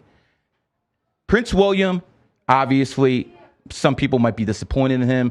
Prince Charles, another crackpot. I get it. But the fact is they were born on certain days because they had sincerity sections. And you're not going to sit there and tell me you know more than the royal family. No, I'm going to tell you that if you're going to tell me that elitists, if you're going to tell me that elitists believe this, I don't disagree with you. I think they do. It doesn't make it true, though. I see. So people who are way more smarter and way more wealthier than you, and you actually think that? If you watch anything, like read any documentaries about the way the royal family is treated, they're not smarter than you. How many people? The question is not about the royal family. Barack Obama will run circles around.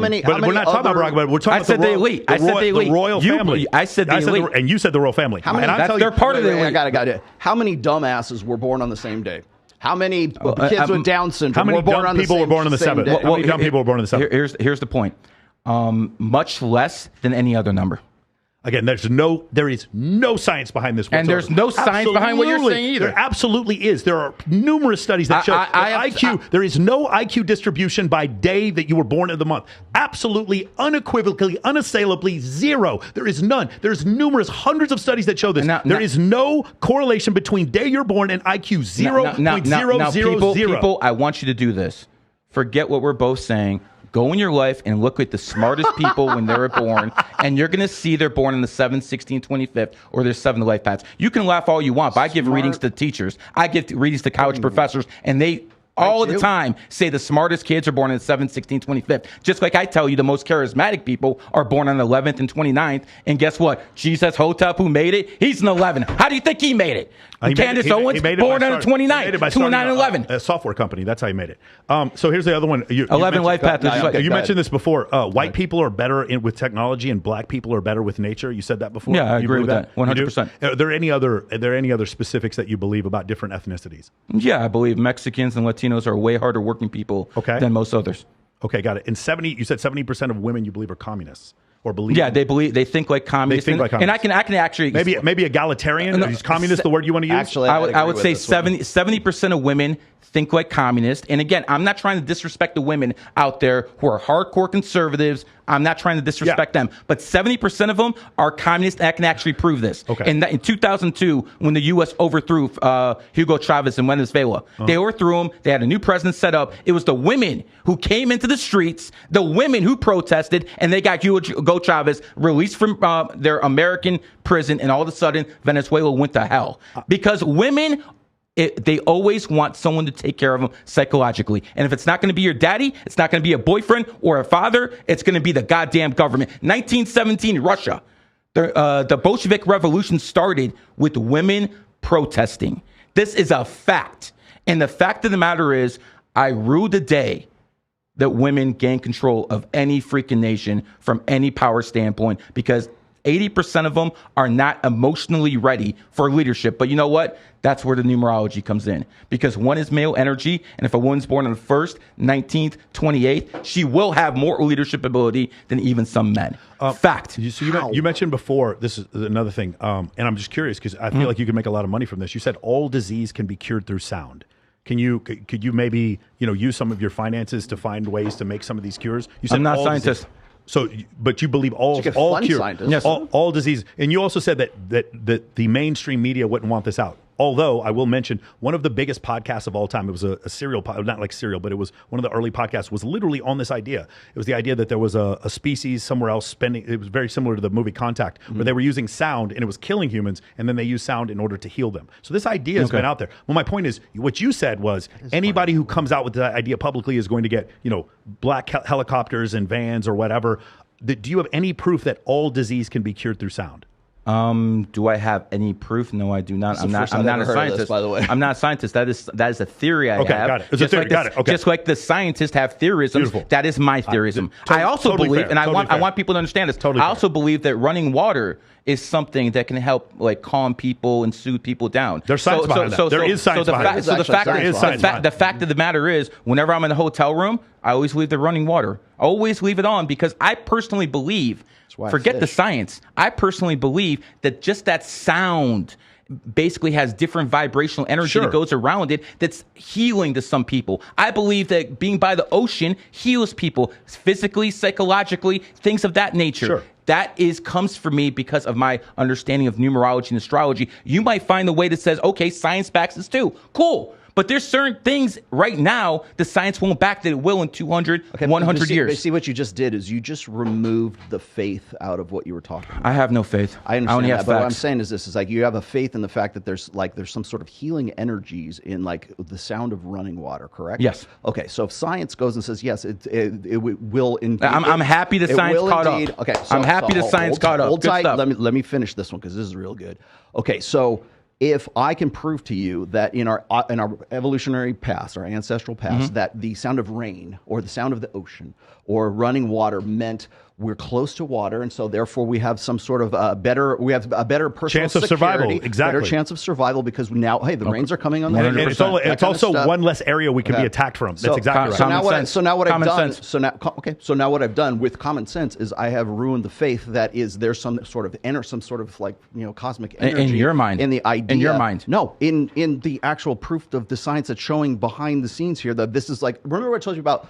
If any sufficiently advanced technology is indistinguishable from magic. So if you think the magic is that the sound of running water is going to make your energies align and your chakras go whatever the fuck they are, and then I can go and I can say, hey, look, here's the science behind You don't even believe in that stuff. Here's the science behind this. I know you don't. I'm not saying you don't. I'm not saying I do either.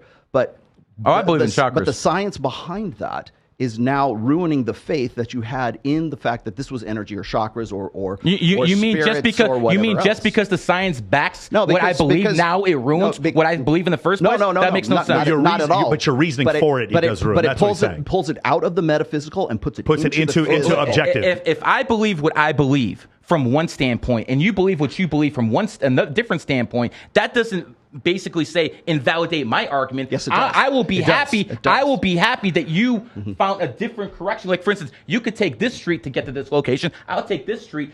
Me driving from the left and you driving from the right does not disprove that I'm coming from this direction. No, right. It does not. The results are the same, but I'll give you an example. Like so, for instance, there were certain constellations that would rise in the sky before the Nile would flood in Egypt, and so they started to correlate those constellations with the flooding of the Nile. What they did incorrectly, though, is they believed that the Nile flooded because of the constellations as opposed to the position of the earth and the sun. And so they came to the reasoning, the correct result, but they came to it incorrectly because they switched cause and effect. That's where the difference is. But I want to get to this question I want to ask you real quick.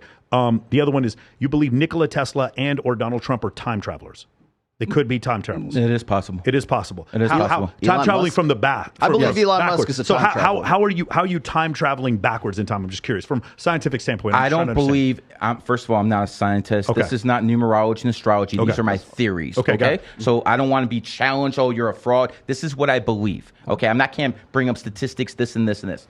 I can say that when it comes down to Mr. Tesla, he does certain things that people didn't do. And like for instance, he wouldn't sleep. He would sleep for 20 minutes and then wake up. He would just sleep in inframonths. Now, I believe that's what people are going to do in the future. So for me, that's one thing I can look at and be like, okay, that doesn't make sense, but he's doing something that might be something that they might do in the future. I personally believe Keanu Reeves is a time traveler. Okay, got it. Okay, when you look at Isaac Newton would then be a time traveler. From the future or from the past? You said that, not me. When I look at Keanu Reeves, when he takes pictures with females, he always puts his palms out like this. Yeah. This is something I believe they're going to do in the future when the feminists take over. He did that after the Me Too movement. That's okay. I understand. It's called I believe. By the way, I do the same thing. It's called hover hands. I believe this is hover hands. I believe this is something that more and more people are going to do. But here's the point: time travelers can't have kids because they don't belong in this timeline. If you don't belong in this timeline, you can't have kids. Tesla did not have kids.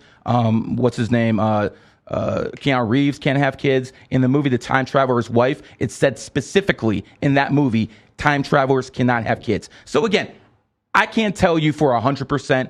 I can put things here and here. I personally believe that Tesla is a time traveler. Okay, the Zionist faction of the CIA. Can you go into Zionists, what you believe Zionists are? You really want to do this? Yeah, definitely. I definitely do. Okay. I'm Jewish, by the way. Okay. I want to make this abundantly clear. I am Jewish. Shalom. Okay. Shalom. You don't have any faith, but you are Jewish. Like I don't go to temple. Heredity. I don't go to temple. I don't believe in that stuff. Okay. I don't need a Bible to tell me not to steal. I don't need the Quran to tell me not to cheat on my wife. Okay. So here's the point. When I look at the Zionists, I believe they're running this freaking world. Okay. I believe that if you look at Zionism as a whole, they control all the money, they control the politics, and if you look at it downright, almost every billionaire I know is Jewish. Personally, that I know is Jewish. Now, if it wasn't them, it'd be someone else. That simple. Okay, yeah. I mean, I know a lot of billionaires who aren't Jewish, but I just wanted to get some clarification on that, because the next thing I wanted to talk about is you believe that Julian Khashoggi was murdered because he had the word hog in his name. No. Come on, man. That was a joke. Don't take those Twitter stuff. Got it. So that was a Twitter. No, you said it. You said it. You said those words. Hotep Jesus. That was when you look at CIA. The CIA was founded in 1947, the year of the pig. So again, so was the U.S. Air Force, by the way. Of course.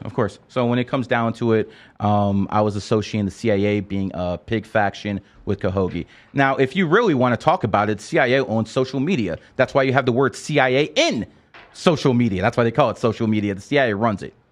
How is that? How does it? CIA is in social media. The CIA you mean the letters? They own social media. Got it. How do you think a guy like Mr. Beast becomes it? Like, all you have to do is look at Mr. Beast's logo. Look at the same colors, that light blue, that pink, and all of a sudden you see, oh, wait a second, those are the same colors as the transgender flag. And then all of a sudden his buddy Chris becomes a woman. This is all garbage. They controlled him. They paid him to do this stuff. Jenner. Okay. Bruce Jenner. Okay. Bruce Jenner got in a car accident and killed someone right before he made that transition. I personally believe, I can't prove this, I personally believe someone in a position of power came to him and be like, listen, you put on a dress, you start doing this, we'll get rid of this stuff. I think he had transitioned before that, but he was named Woman of the Year 4 months after he killed someone. That is a So I believe things like that happen. I look to ways to connect the dots, and sometimes I use numerology and astrology to do it. Sometimes I do it with common sense. For God's sake, you read a freaking book based on common sense. So again, common sense is like a freaking superpower right now. The other one I thought was really interesting is that Yes We Can from Barack Obama. You believe? Yes, Wiccan. Yes, Wiccan. So I believe that Barack Obama openly was like, hey, you know what? Yes. Let's promote Wiccan ideology. Yes. And so that's why he was saying yes, we can. I believe that Barack Obama is the most powerful person in the U.S. government in at least 50, 60 years. He runs the deep state. He got Trump elected.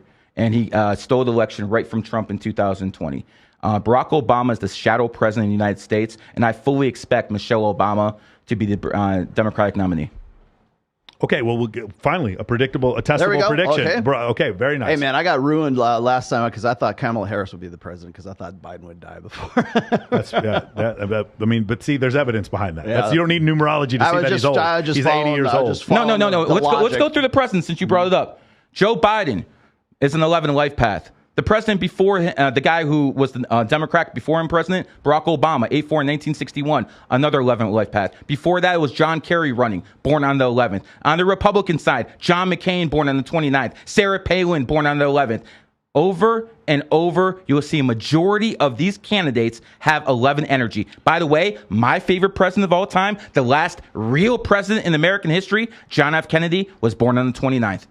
The other thing I wanted to ask you about was the idea 2 that... and 9, got it. Okay. So this is a really... You're catching on, brother. This is a really controversial thing, is that the idea that you believe that all homosexuals are created. There's no genetic part of homosexuality or even hormonal. You believe that it's all behavioral and stimulus. Let's look at John.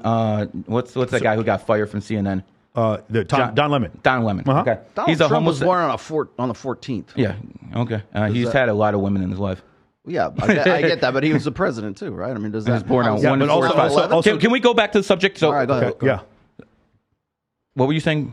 You were saying that 100% of homosexuals are created; they're not born that way. Don Lemon, who's a famous homosexual, he was molested as a child. Okay. I believe that when kids are molested, it changed their chakras, and all of a sudden, what they're interested in is more of a sadistic nature. Homosexuals are not born; they are created. How do you know this?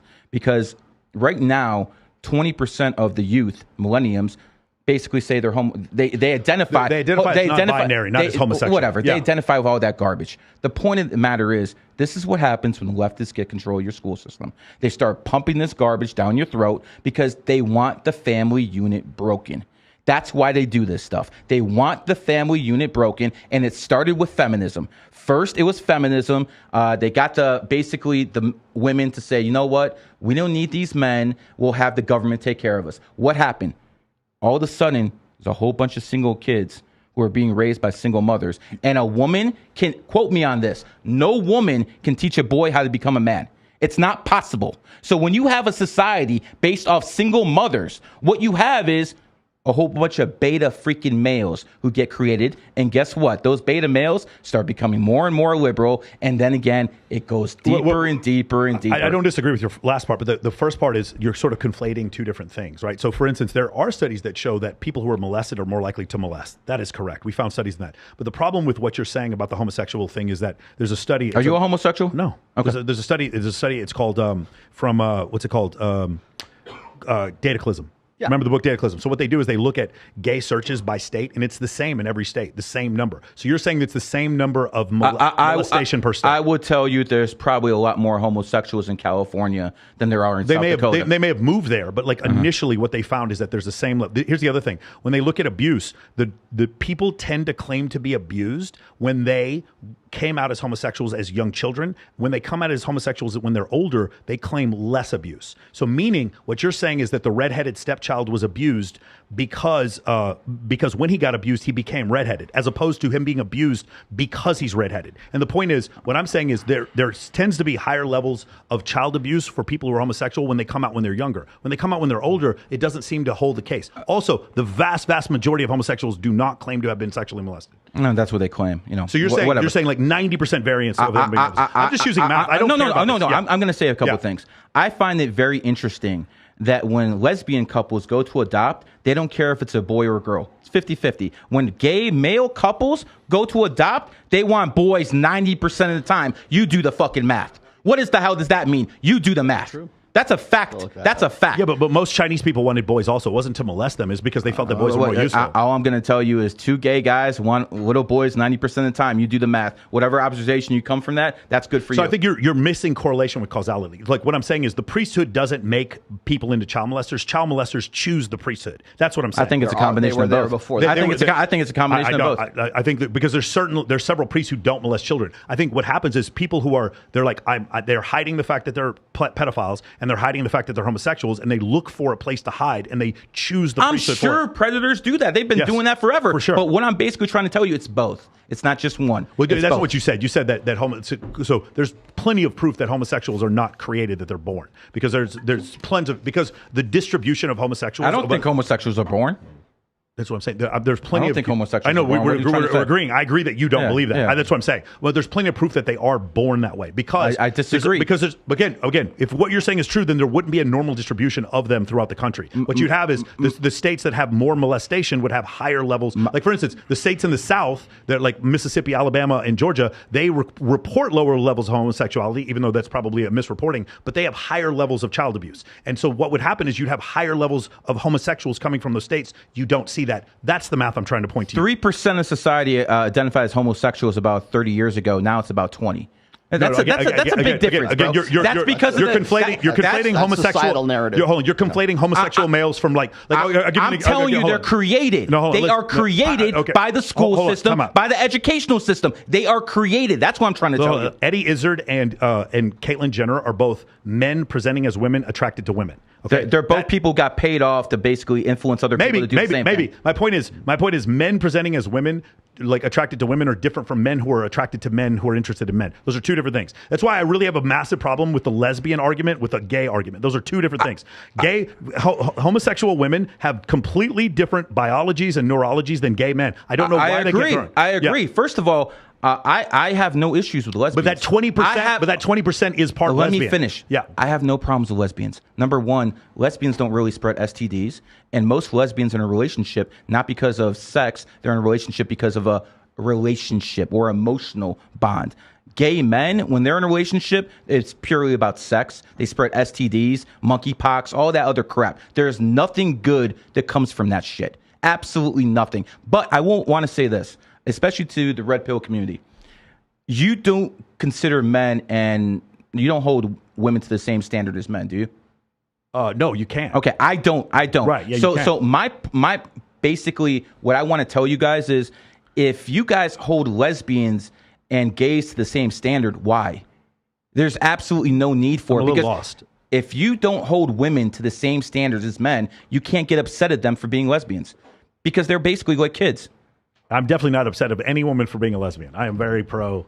I don't have any. Yeah, you're pro because I get it. You're a 5. Look at this guy, man. All this stuff he's talking about. 5, he runs this stuff, and he's a 5 life path. This is what. No, he's a 3 life path, but he's born on the 5th. My apologies. I thought you were 3. Got what else you got? I was looking at I wanted to look at the stats for homosexual adoptions. I did not know that. Yeah, listen. It's more. You are correct. If you go and you look at the LGBT flag. Studies show that gay male couples adopt girls more than boys, though. That's garbage. Gary's very wrong about this. 90% of gay men adopting more boys. Please stick to the facts. That's 100% fact. When it comes down to it, I want you guys to look at the gay flag. It has the color red on top and the color purple on the bottom. Red is the number of it's the color of sexuality. The first vowel in red is E. The first vowel in sex is E. And when you look at that, you're going to see a correlation based off E being the 5th letter, as we talked about before, 5 being the number of sexual energy. So when people want to basically, women who are listening, if you want to seduce people, wear the color red. That's why they have the woman in the movie The Matrix, the lady in red. There's certain colors you can wear to stimulate people in a certain way. Yeah, the reason for that is because it simulates the flushing of sexual arousal. That's why women put rouge on their faces. We're not trying to have a discussion about gay marriage or anything. You brought it up, not me. No, listen. It was strictly a mathematical equation. Yeah. Because this is something, and in evolutionary psychology, one of the things they want to know is like, why do some people become gay? One of the most prevalent mass theories, propaganda. One of the most prevalent. Again, the thing is, you keep confusing. You keep throwing lesbians and trans people and homosexuals together. Homosexuals are by themselves. They do one thing, lesbians do a different thing, and trans people do a different thing. That's my point. So when that 20% number, 4.5% of men claim to be homosexual, that 20% number includes all those groups. And I'm not saying this because I'm an activist. I'm saying this because from an evolutionary psychology standpoint, there needs to be an explanation for something that's this pervasive. And there were no communists back during the Greek Roman times when there were also homosexuals, and there were no communists back during the book of Leviticus either, when they also talked about homosexuals. So this is something pervasive throughout history. Why does it exist? The most common evolutionary psychology theory is that you had about 40% of men throughout history have procreated, about 80% of women. So you had surplus men, and this was maybe an evolutionary solution for surplus men. No. What happened was when they wanted society to start growing in the 1860s in Russia. In the 1860s in America, they got rid of serfdom, they got rid of slavery, because you cannot have a capitalistic economy without a middle class. And to have a middle class, sure, you have to have a capitalistic economy. So they got rid of all that stuff. The whole point is this. The elite, they wanted to build things up. They wanted to aristocracy build, there's always an elite. For lack of a better term, I'll call them the Rothschilds, because that's a term that most people understand. I'm pretty sure the Rothschilds around in the mid 1800s. I don't know. They've been running. They've been running stuff since 1815. The actual family of Rothschilds have nothing to do with what he's talking about. It's just a term. The Rothschild family is the richest family on earth. They're worth trillions. Where are you getting this from? I would like to see the individual net worths of the people that equal up to trillions of dollars. I'm pretty sure Elon Musk said Putin's way richer than him. Is he a Rothschild? Putin and Elon are both Rothschilds, is what you're saying? Oh, I'm pretty. You don't get that type of money without actually. Okay, so now we're one further level of extrapolation. Got it. Well, okay. So getting back to the you think people make $250 billion and they're not counting backroom deals? Is that what you actually believe? No, but what I think with especially with Elon, Elon got $44 billion in cash to buy Twitter. You think common people can come up with that type of money? But he was worth $200 billion in stocks. In stocks. So you sell the stock? No, he didn't sell the stock. He basically took the stocks out as collateral. Bro, if I had $44 billion, he's the first guy I would loan the money to. He's the richest guy in the world. $44 billion in cash. Like seriously, it was a cash deal. Yeah, but what do you expect him to get? The fact that he actually could prove that proves that he. In 2010, Barack Obama gave Mr. Musk a loan. Was it cash?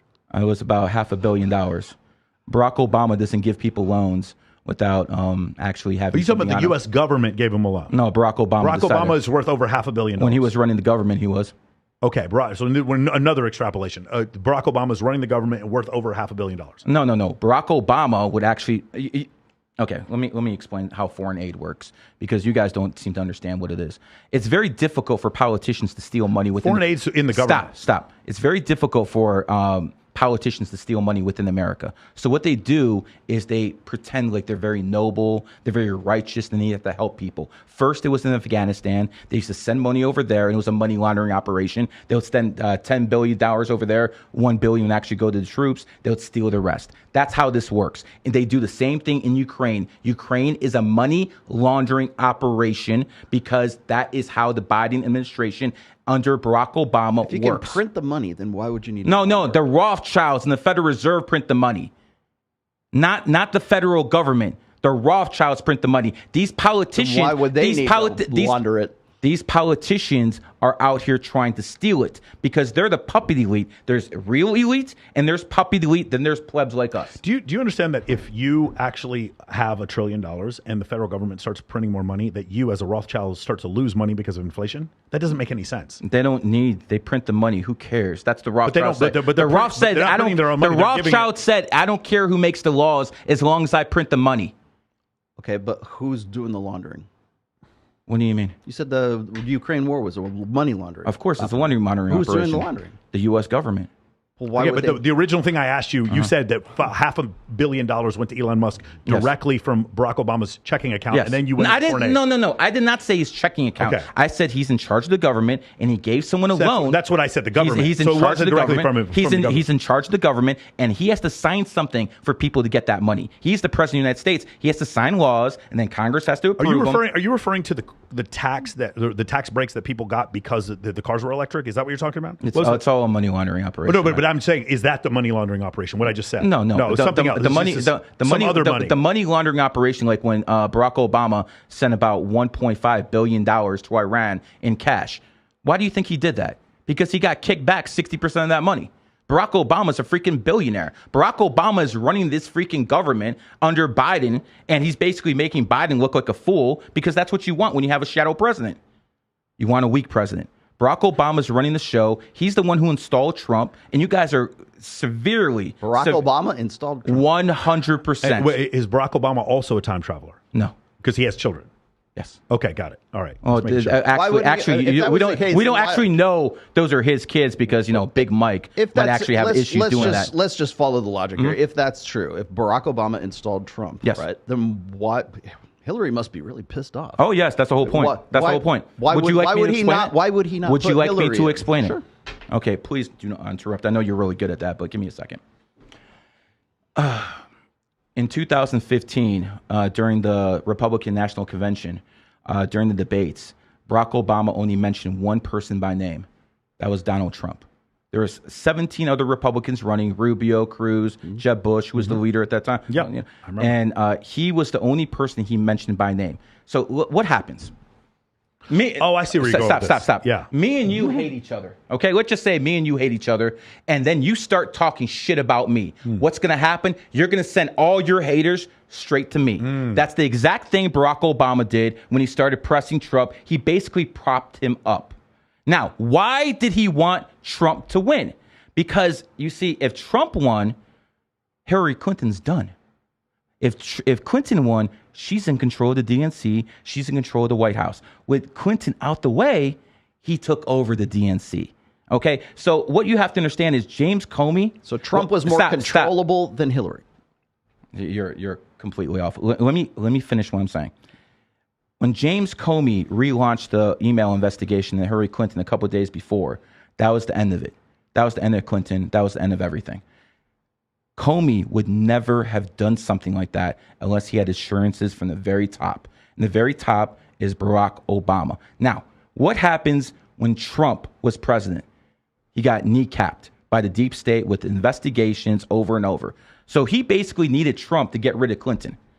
And now that Clinton's out the way, he stole the election in 2020 to basically have his third term through Joe Biden, and what I believe will be his fourth term if Michelle Obama actually wins the presidency, or Big Mike, whatever you want to call her. So I believe Barack Obama is running this country. I believe Donald Trump was basically used to get rid of the Clintons. And I want to say this, as much as I have talked shit about Barack Obama for about 10 years, Brother, thank you for getting rid of Hillary Clinton. He watches. Fucking vote. He watches the show, so it's good. If that's true, President then Obama. I will give you the applause for that too. Awesome. By the way, is it true that I'm just assuming this based on your birthday? Hillary Clinton's probably the politician you hate the most. Oh man, the politician I hated the most. Let me think about that. It might have been Harry Reid, actually, who the fucking okay. That guy goes, "This war is lost." That guy's a piece of shit. For like, I'm literally so listen to this. I'm literally fighting a war. Harry and the guy's Reid telling me Harry Reid was born in a cat year. That car bomb that almost killed him happened in the rooster year. His enemy sign. Okay. The thing is, with what you said before, I actually agree with the first part. I disagree with the second part. I think Barack Obama did it because he's arrogant. I think he arrogantly started trying to talk shit. So here's what I think happened. He started during the 2011 White House Correspondents' Dinner. So I think in the 2016 election, so let's go back to 2011, the Correspondents' Dinner. I think he thinks that Donald Trump is a joke at that point. He does. He could totally and completely First person who said President Trump was President Obama. Right, correct. But I think he does so to make fun of him. Does that make sense? It's almost like if I call my girlfriend well, the thing is, it did get a laugh. And he did it at a Correspondents' Dinner. He didn't do it in his memoirs, and he didn't do it when he's doing a press conference. He did it at a Correspondents' Dinner, which is for comedy. That's the number thing. The first thing. The second thing is the entire media went after Jeb Bush and called him a Nazi, then went after fucking Marco Rubio and called him a Nazi, then every single... Little Marco. Yeah, all of them called him... Canceled. Yeah, he called them all these names, and then they just sort of let Chris Trump Christie's a founding moment. Yeah, Chris Christie. They called him, whatever. They called these guys radicals, and then Trump was just sort of like under the radar, and then just sort of passed all of them because the media had made all of these other candidates not viable. And none of that would have happened without Barack Obama propping him up in the very beginning in 2015. I don't know that I believe that. I don't know if that's but he didn't mention anyone else's name, and as soon as he did, all of a sudden Trump. Because he's kind of he's a bully, and that was the also believe. By the way, he's an ox, so yeah, they are bullies. But the point is, I don't believe Donald Trump would have been viable unless they indicted him. I don't think Donald Trump would have been a viable candidate again unless they went after him. They're propping him up again by doing all of this stuff. That's what I'm trying to tell you guys. Here's the funny thing. I agree with you that it actually makes him a more viable candidate because of this. I think it's going to... all done on purpose. I think it's going to enrage his base, but I don't agree that it's on purpose. I actually think they're arrogant. I think I think the guy, the Southern District of New York, the African-American gentleman, the Soros. Soros. No, not Soros. No, Soros-backed DA. Sure. The district attorney for the Southern District of New York, when he presses charges, I think it was really stupid for them to do this, and I think it's going to end up in a situation where it actually helps. That's the problem. That is the problem. You think these people are stupid when they actually do things on purpose. I work in the federal government. They're pretty stupid. I think they are pretty stupid. Not the top of the game, brother. The top of the game isn't. I think those are the most bought-off people there are, but I think they're pretty stupid. The top of the game is never stupid. They think 3-4 moves ahead every single time, bro. I also think repealing Roe versus Wade is not going to help Republicans. I think it's going to hurt Republicans. I'm glad you brought that up because I actually told my Republican allies in Congress, I told them, stop talking about abortion. Stop talking about abortion because that's what kept the Republicans from sweeping it because of the abortion issue. Now, here's what I think happened. Barack Obama knew this would be an issue. He has dirt on every single Supreme Court justice, and he basically made those justices overthrow Roe versus Wade. So all of these single mothers started voting Democrats. So now we only have, we don't control the Senate, where if that didn't happen, we would control the Senate right now. I don't think anyone had to convince Clarence Thomas to be against abortion. I think that guy came out of the womb against abortion. No, I get it about Clarence Thomas, but I'm saying the timing of it. They did it specifically. You think Barack Obama blackmailed the Supreme Court justices into repealing Roe versus Wade? The timing of it during the midterms, yes. I mean, because what would have been a lot smarter is if after the election, had their candidate won, then, like say Trump wins after the election, then to repeal Roe versus Wade. No. You do it before the midterms because the Republicans would control the goddamn Senate. If it wasn't for it, the number one issue single mothers voted for in the last election was abortion rights. That's what galvanized them, and they knew it would. I'm telling you, guys are over here thinking. Why they held up. That's why they. Yes, I will agree with you. You guys think they're playing checkers? They're playing chess over here, guys. I think we agree on the result. I think we disagree on the reasoning. I think I agree with the tactics and the strategy side of things because you got Elizabeth Warren talking about what debt forgiveness for school loans, and of course that affects disproportionately. Propping people up is something that has happened throughout history. In 1938, the German generals were ready to overthrow Hitler. Well, they were ready to overthrow him, and what happened? They sent in Chamberlain to give UK Prime Minister Chamberlain in 1938. They gave him everything they wanted, part of Czechoslovakia. All of a sudden, the German generals can't do anything. Hitler's a hero. They propped him up because they wanted World War II.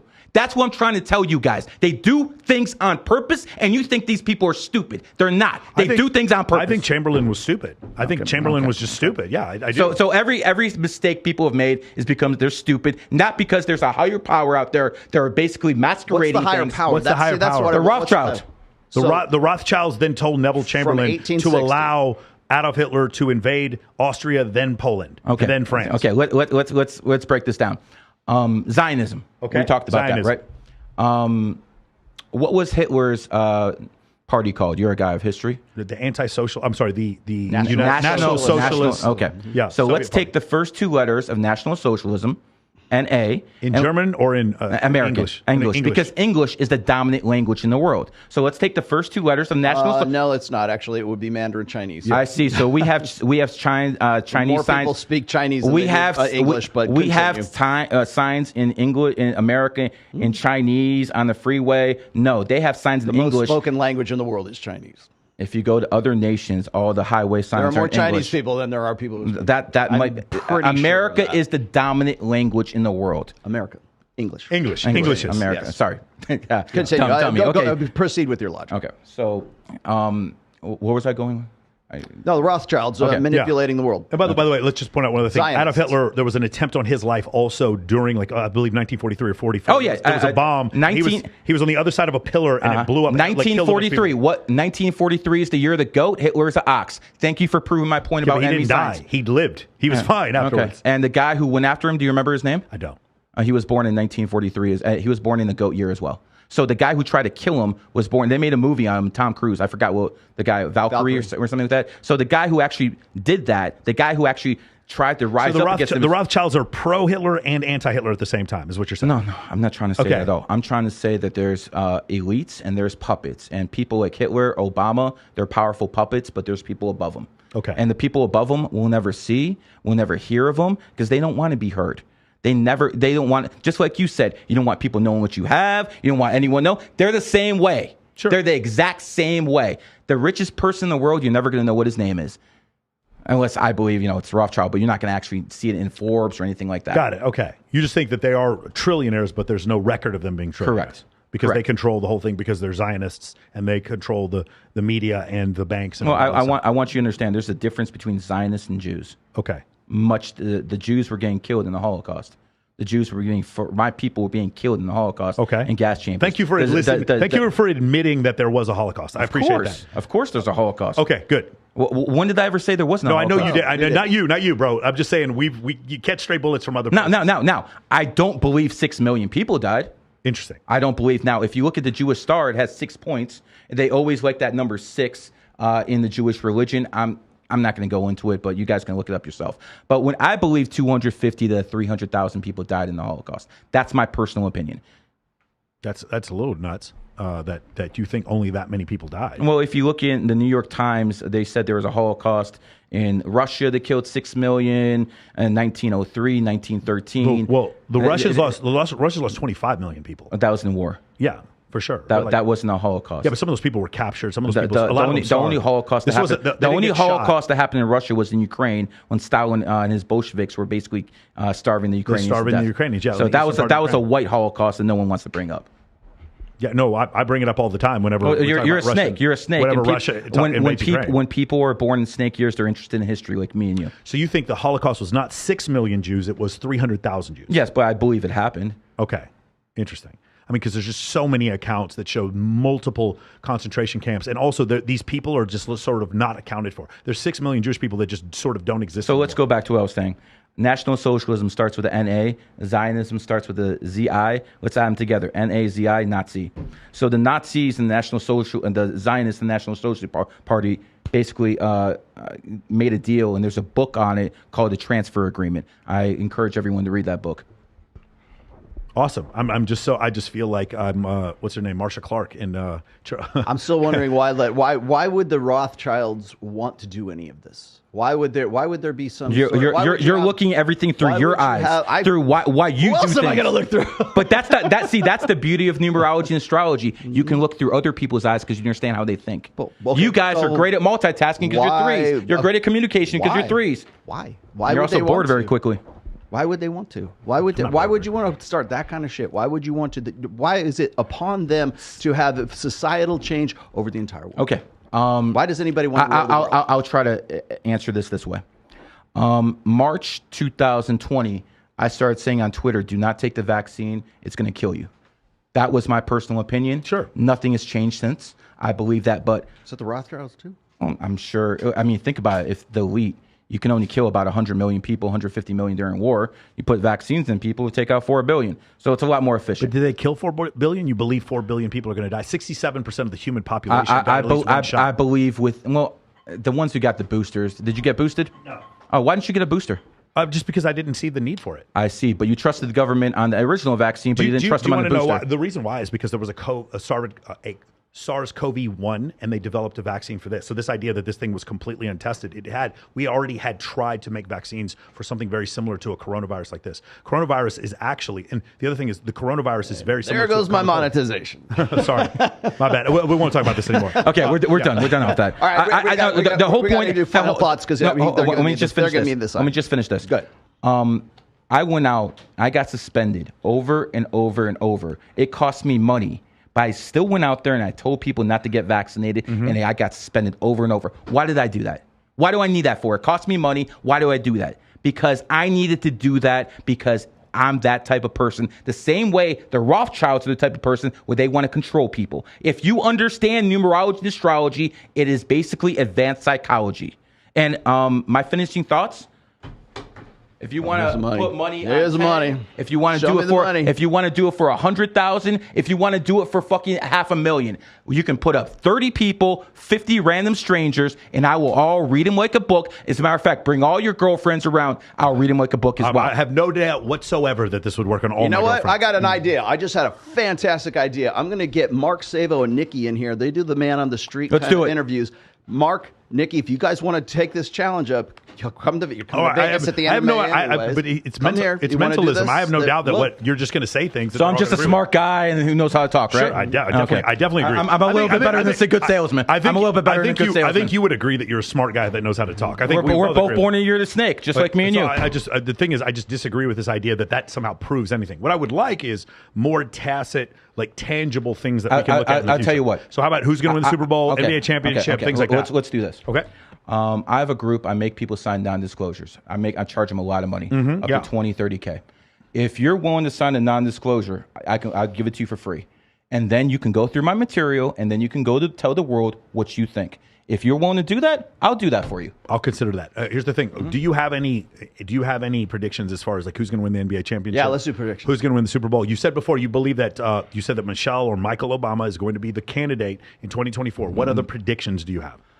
World economy, financial system resets in 2024. So what does it mean reset? Are we talking about a 50% drop in the S&P 500? What are we talking about with the reset? Oh, I think there's going to be a 20 to 30% drop in S&P this year. That's not really this year. So this year, you think it's going to be 20, I think there's going to be a flash crash like there was in 20 to 30. Like there was Flash crash is not a reset, though. Well, if flash crash goes down 20, 30%, it can't be. Right, but that's what happened in 1987, the last year of the cat. Right, but it would have to stay down there. So yeah, of course. In order for stay down there, it goes up and down. That's what the market is. Yeah, but for it to be a recession like what happened in 1929, like I believe the whole financial system to a point will reset in 2024. So not crumble, but it resets. Yes. Okay. Like a new Bretton Woods agreement, something like that. Okay. So before December, I believe that there's going to be a war within America and China, probably by the end of the decade, with missiles and like airplanes and aircraft carrier groups. Yes, you think there's going to be a war between those two countries? I believe it's going to happen. I think it's going to happen with two ways. Number one, either Taiwan, or number two, in Manchuria. I think the Chinese would be much smarter to go into Manchuria and take that from the Russians than they would to go into Taiwan. Yeah, but we're not going to defend the Russians, though. They can do that, and we won't give a fuck. That's actually... the United States is not going to stop China from invading Manchuria. You would be sadly mistaken, because the number one target is China, not Russia. I agree with you on that. Russia is hitting out its weight class. Russia is not a problem. We agree on that. But you have to understand how this works. The Visigoths and the Huns and the Romans were all at war together. And the Romans went to the Visigoths and said, listen, we got to take out the Huns. They all combined forces, and they took out the Huns. And as soon as the Huns were taken out, guess what happened? They went after the Visigoths. That's how it works. but there's still but what I'm basically trying to tell you is America would not allow the Chinese to have a port in Manchuria. I promise you that. Interesting. Okay, so that's a prediction. That's a prediction. That is a prediction. Super Bowl or NBA championship? It's too. You don't know. You can't do that one. Okay, can you at least give me the fucking Stanley Cup right now? Because I really need to know if my Golden Knights are gonna fucking win. I don't think the Vegas Golden Knights are gonna win. You fucking asshole. Any individual predictions for Rollo or myself? Okay, let's do that. 3-2, 2037. You're going to start cutting off a lot of people this year. You're definitely going to start cutting off people, and you're going to start working a lot more this year. I love you, bro. Don't leave me. Oh, it won't be you. Trust me. I can think of a few names. You're backing this guy all the way. 6 to 7. Right now, October 5th, 1977. So right now you're in a 3-year cycle. 3-year cycle is about blah, blah, blah, talking, running your mouth, meeting people out the blue. You always want to meet people. After your birthday, you're going to be in the 4-year cycle like him. Expect to be cutting people off and being more of a homebody. Do you see how that's really generic? No, it's not. It's not generic because fucking because generic. The fact of the matter is, if I give readings for people for $1,800 for 45 minutes. Got it. It's got 5 minutes. Come on. Okay. If you want to do an actual reading off this, I will do it for you, and then you can go back and tell people how accurate are. I'm not going to bore people to death and do it right here. I got you. Okay. I have not had Rich Cooper in my chat room in like I can't even remember years ago. Ask Rich. Rich is in the chat right now. Ask Rich. It was shout out to Rich Cooper. Ask Rich. It was worth giving Andrew $10 million just to promote his ass. But whatever. All right, we're out of time. We got to hold up. Can we do one more summary? Just go ahead and explain like where we can find you and all this kind of stuff. My name's Gary the Numbers Guy, aka I started GG33. Whether you believe in numerology or not, that is the group in the world when it comes to the occult. Here's what it comes down to. I want you guys to understand something. It doesn't matter what I believe, what you believe, or what they believe. The only thing that matters is what people in positions of power, the people who have the money, the people who have the wealth, the people who have the knowledge. And basically, if you look through history, you will see that things happen on certain dates for certain reasons. Start putting in the legwork. Put in the work. He wants to say numerology and astrology. I'll compare this to the gym. You probably went in there for one time, did a couple push-ups. Oh, this shit don't work, and you gave up. The point is, put in the work like you do with everything else in life, and it will start making sense. I promise you.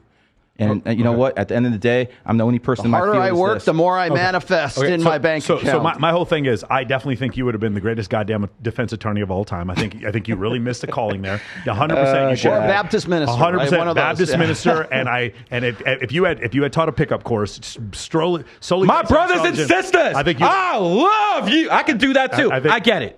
I think you'd have made $500 million teaching a pickup course on astrology. I basically teach billionaires now, so it's okay. That being said, the fact that you make money is not proof to me. To me, it's like very similar. No. People who are worth a lot more than me and you hire me to actually do stuff for them. And guess what?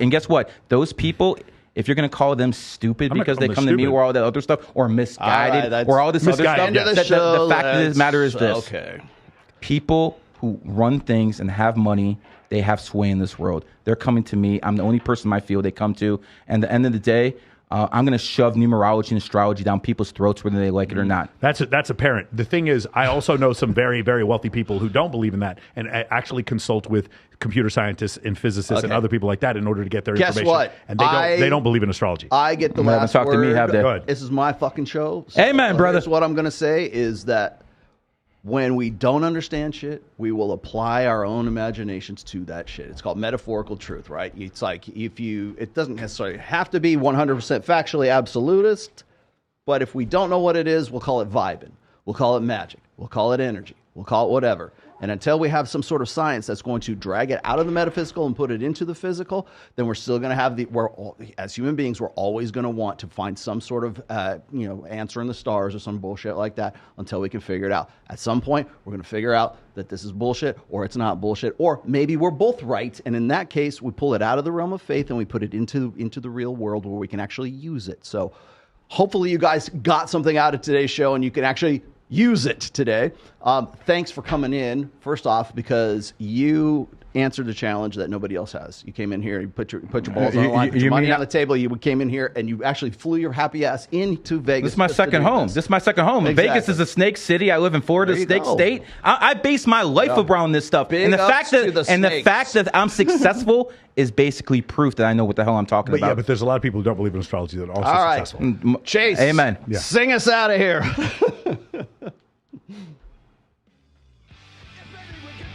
There we go.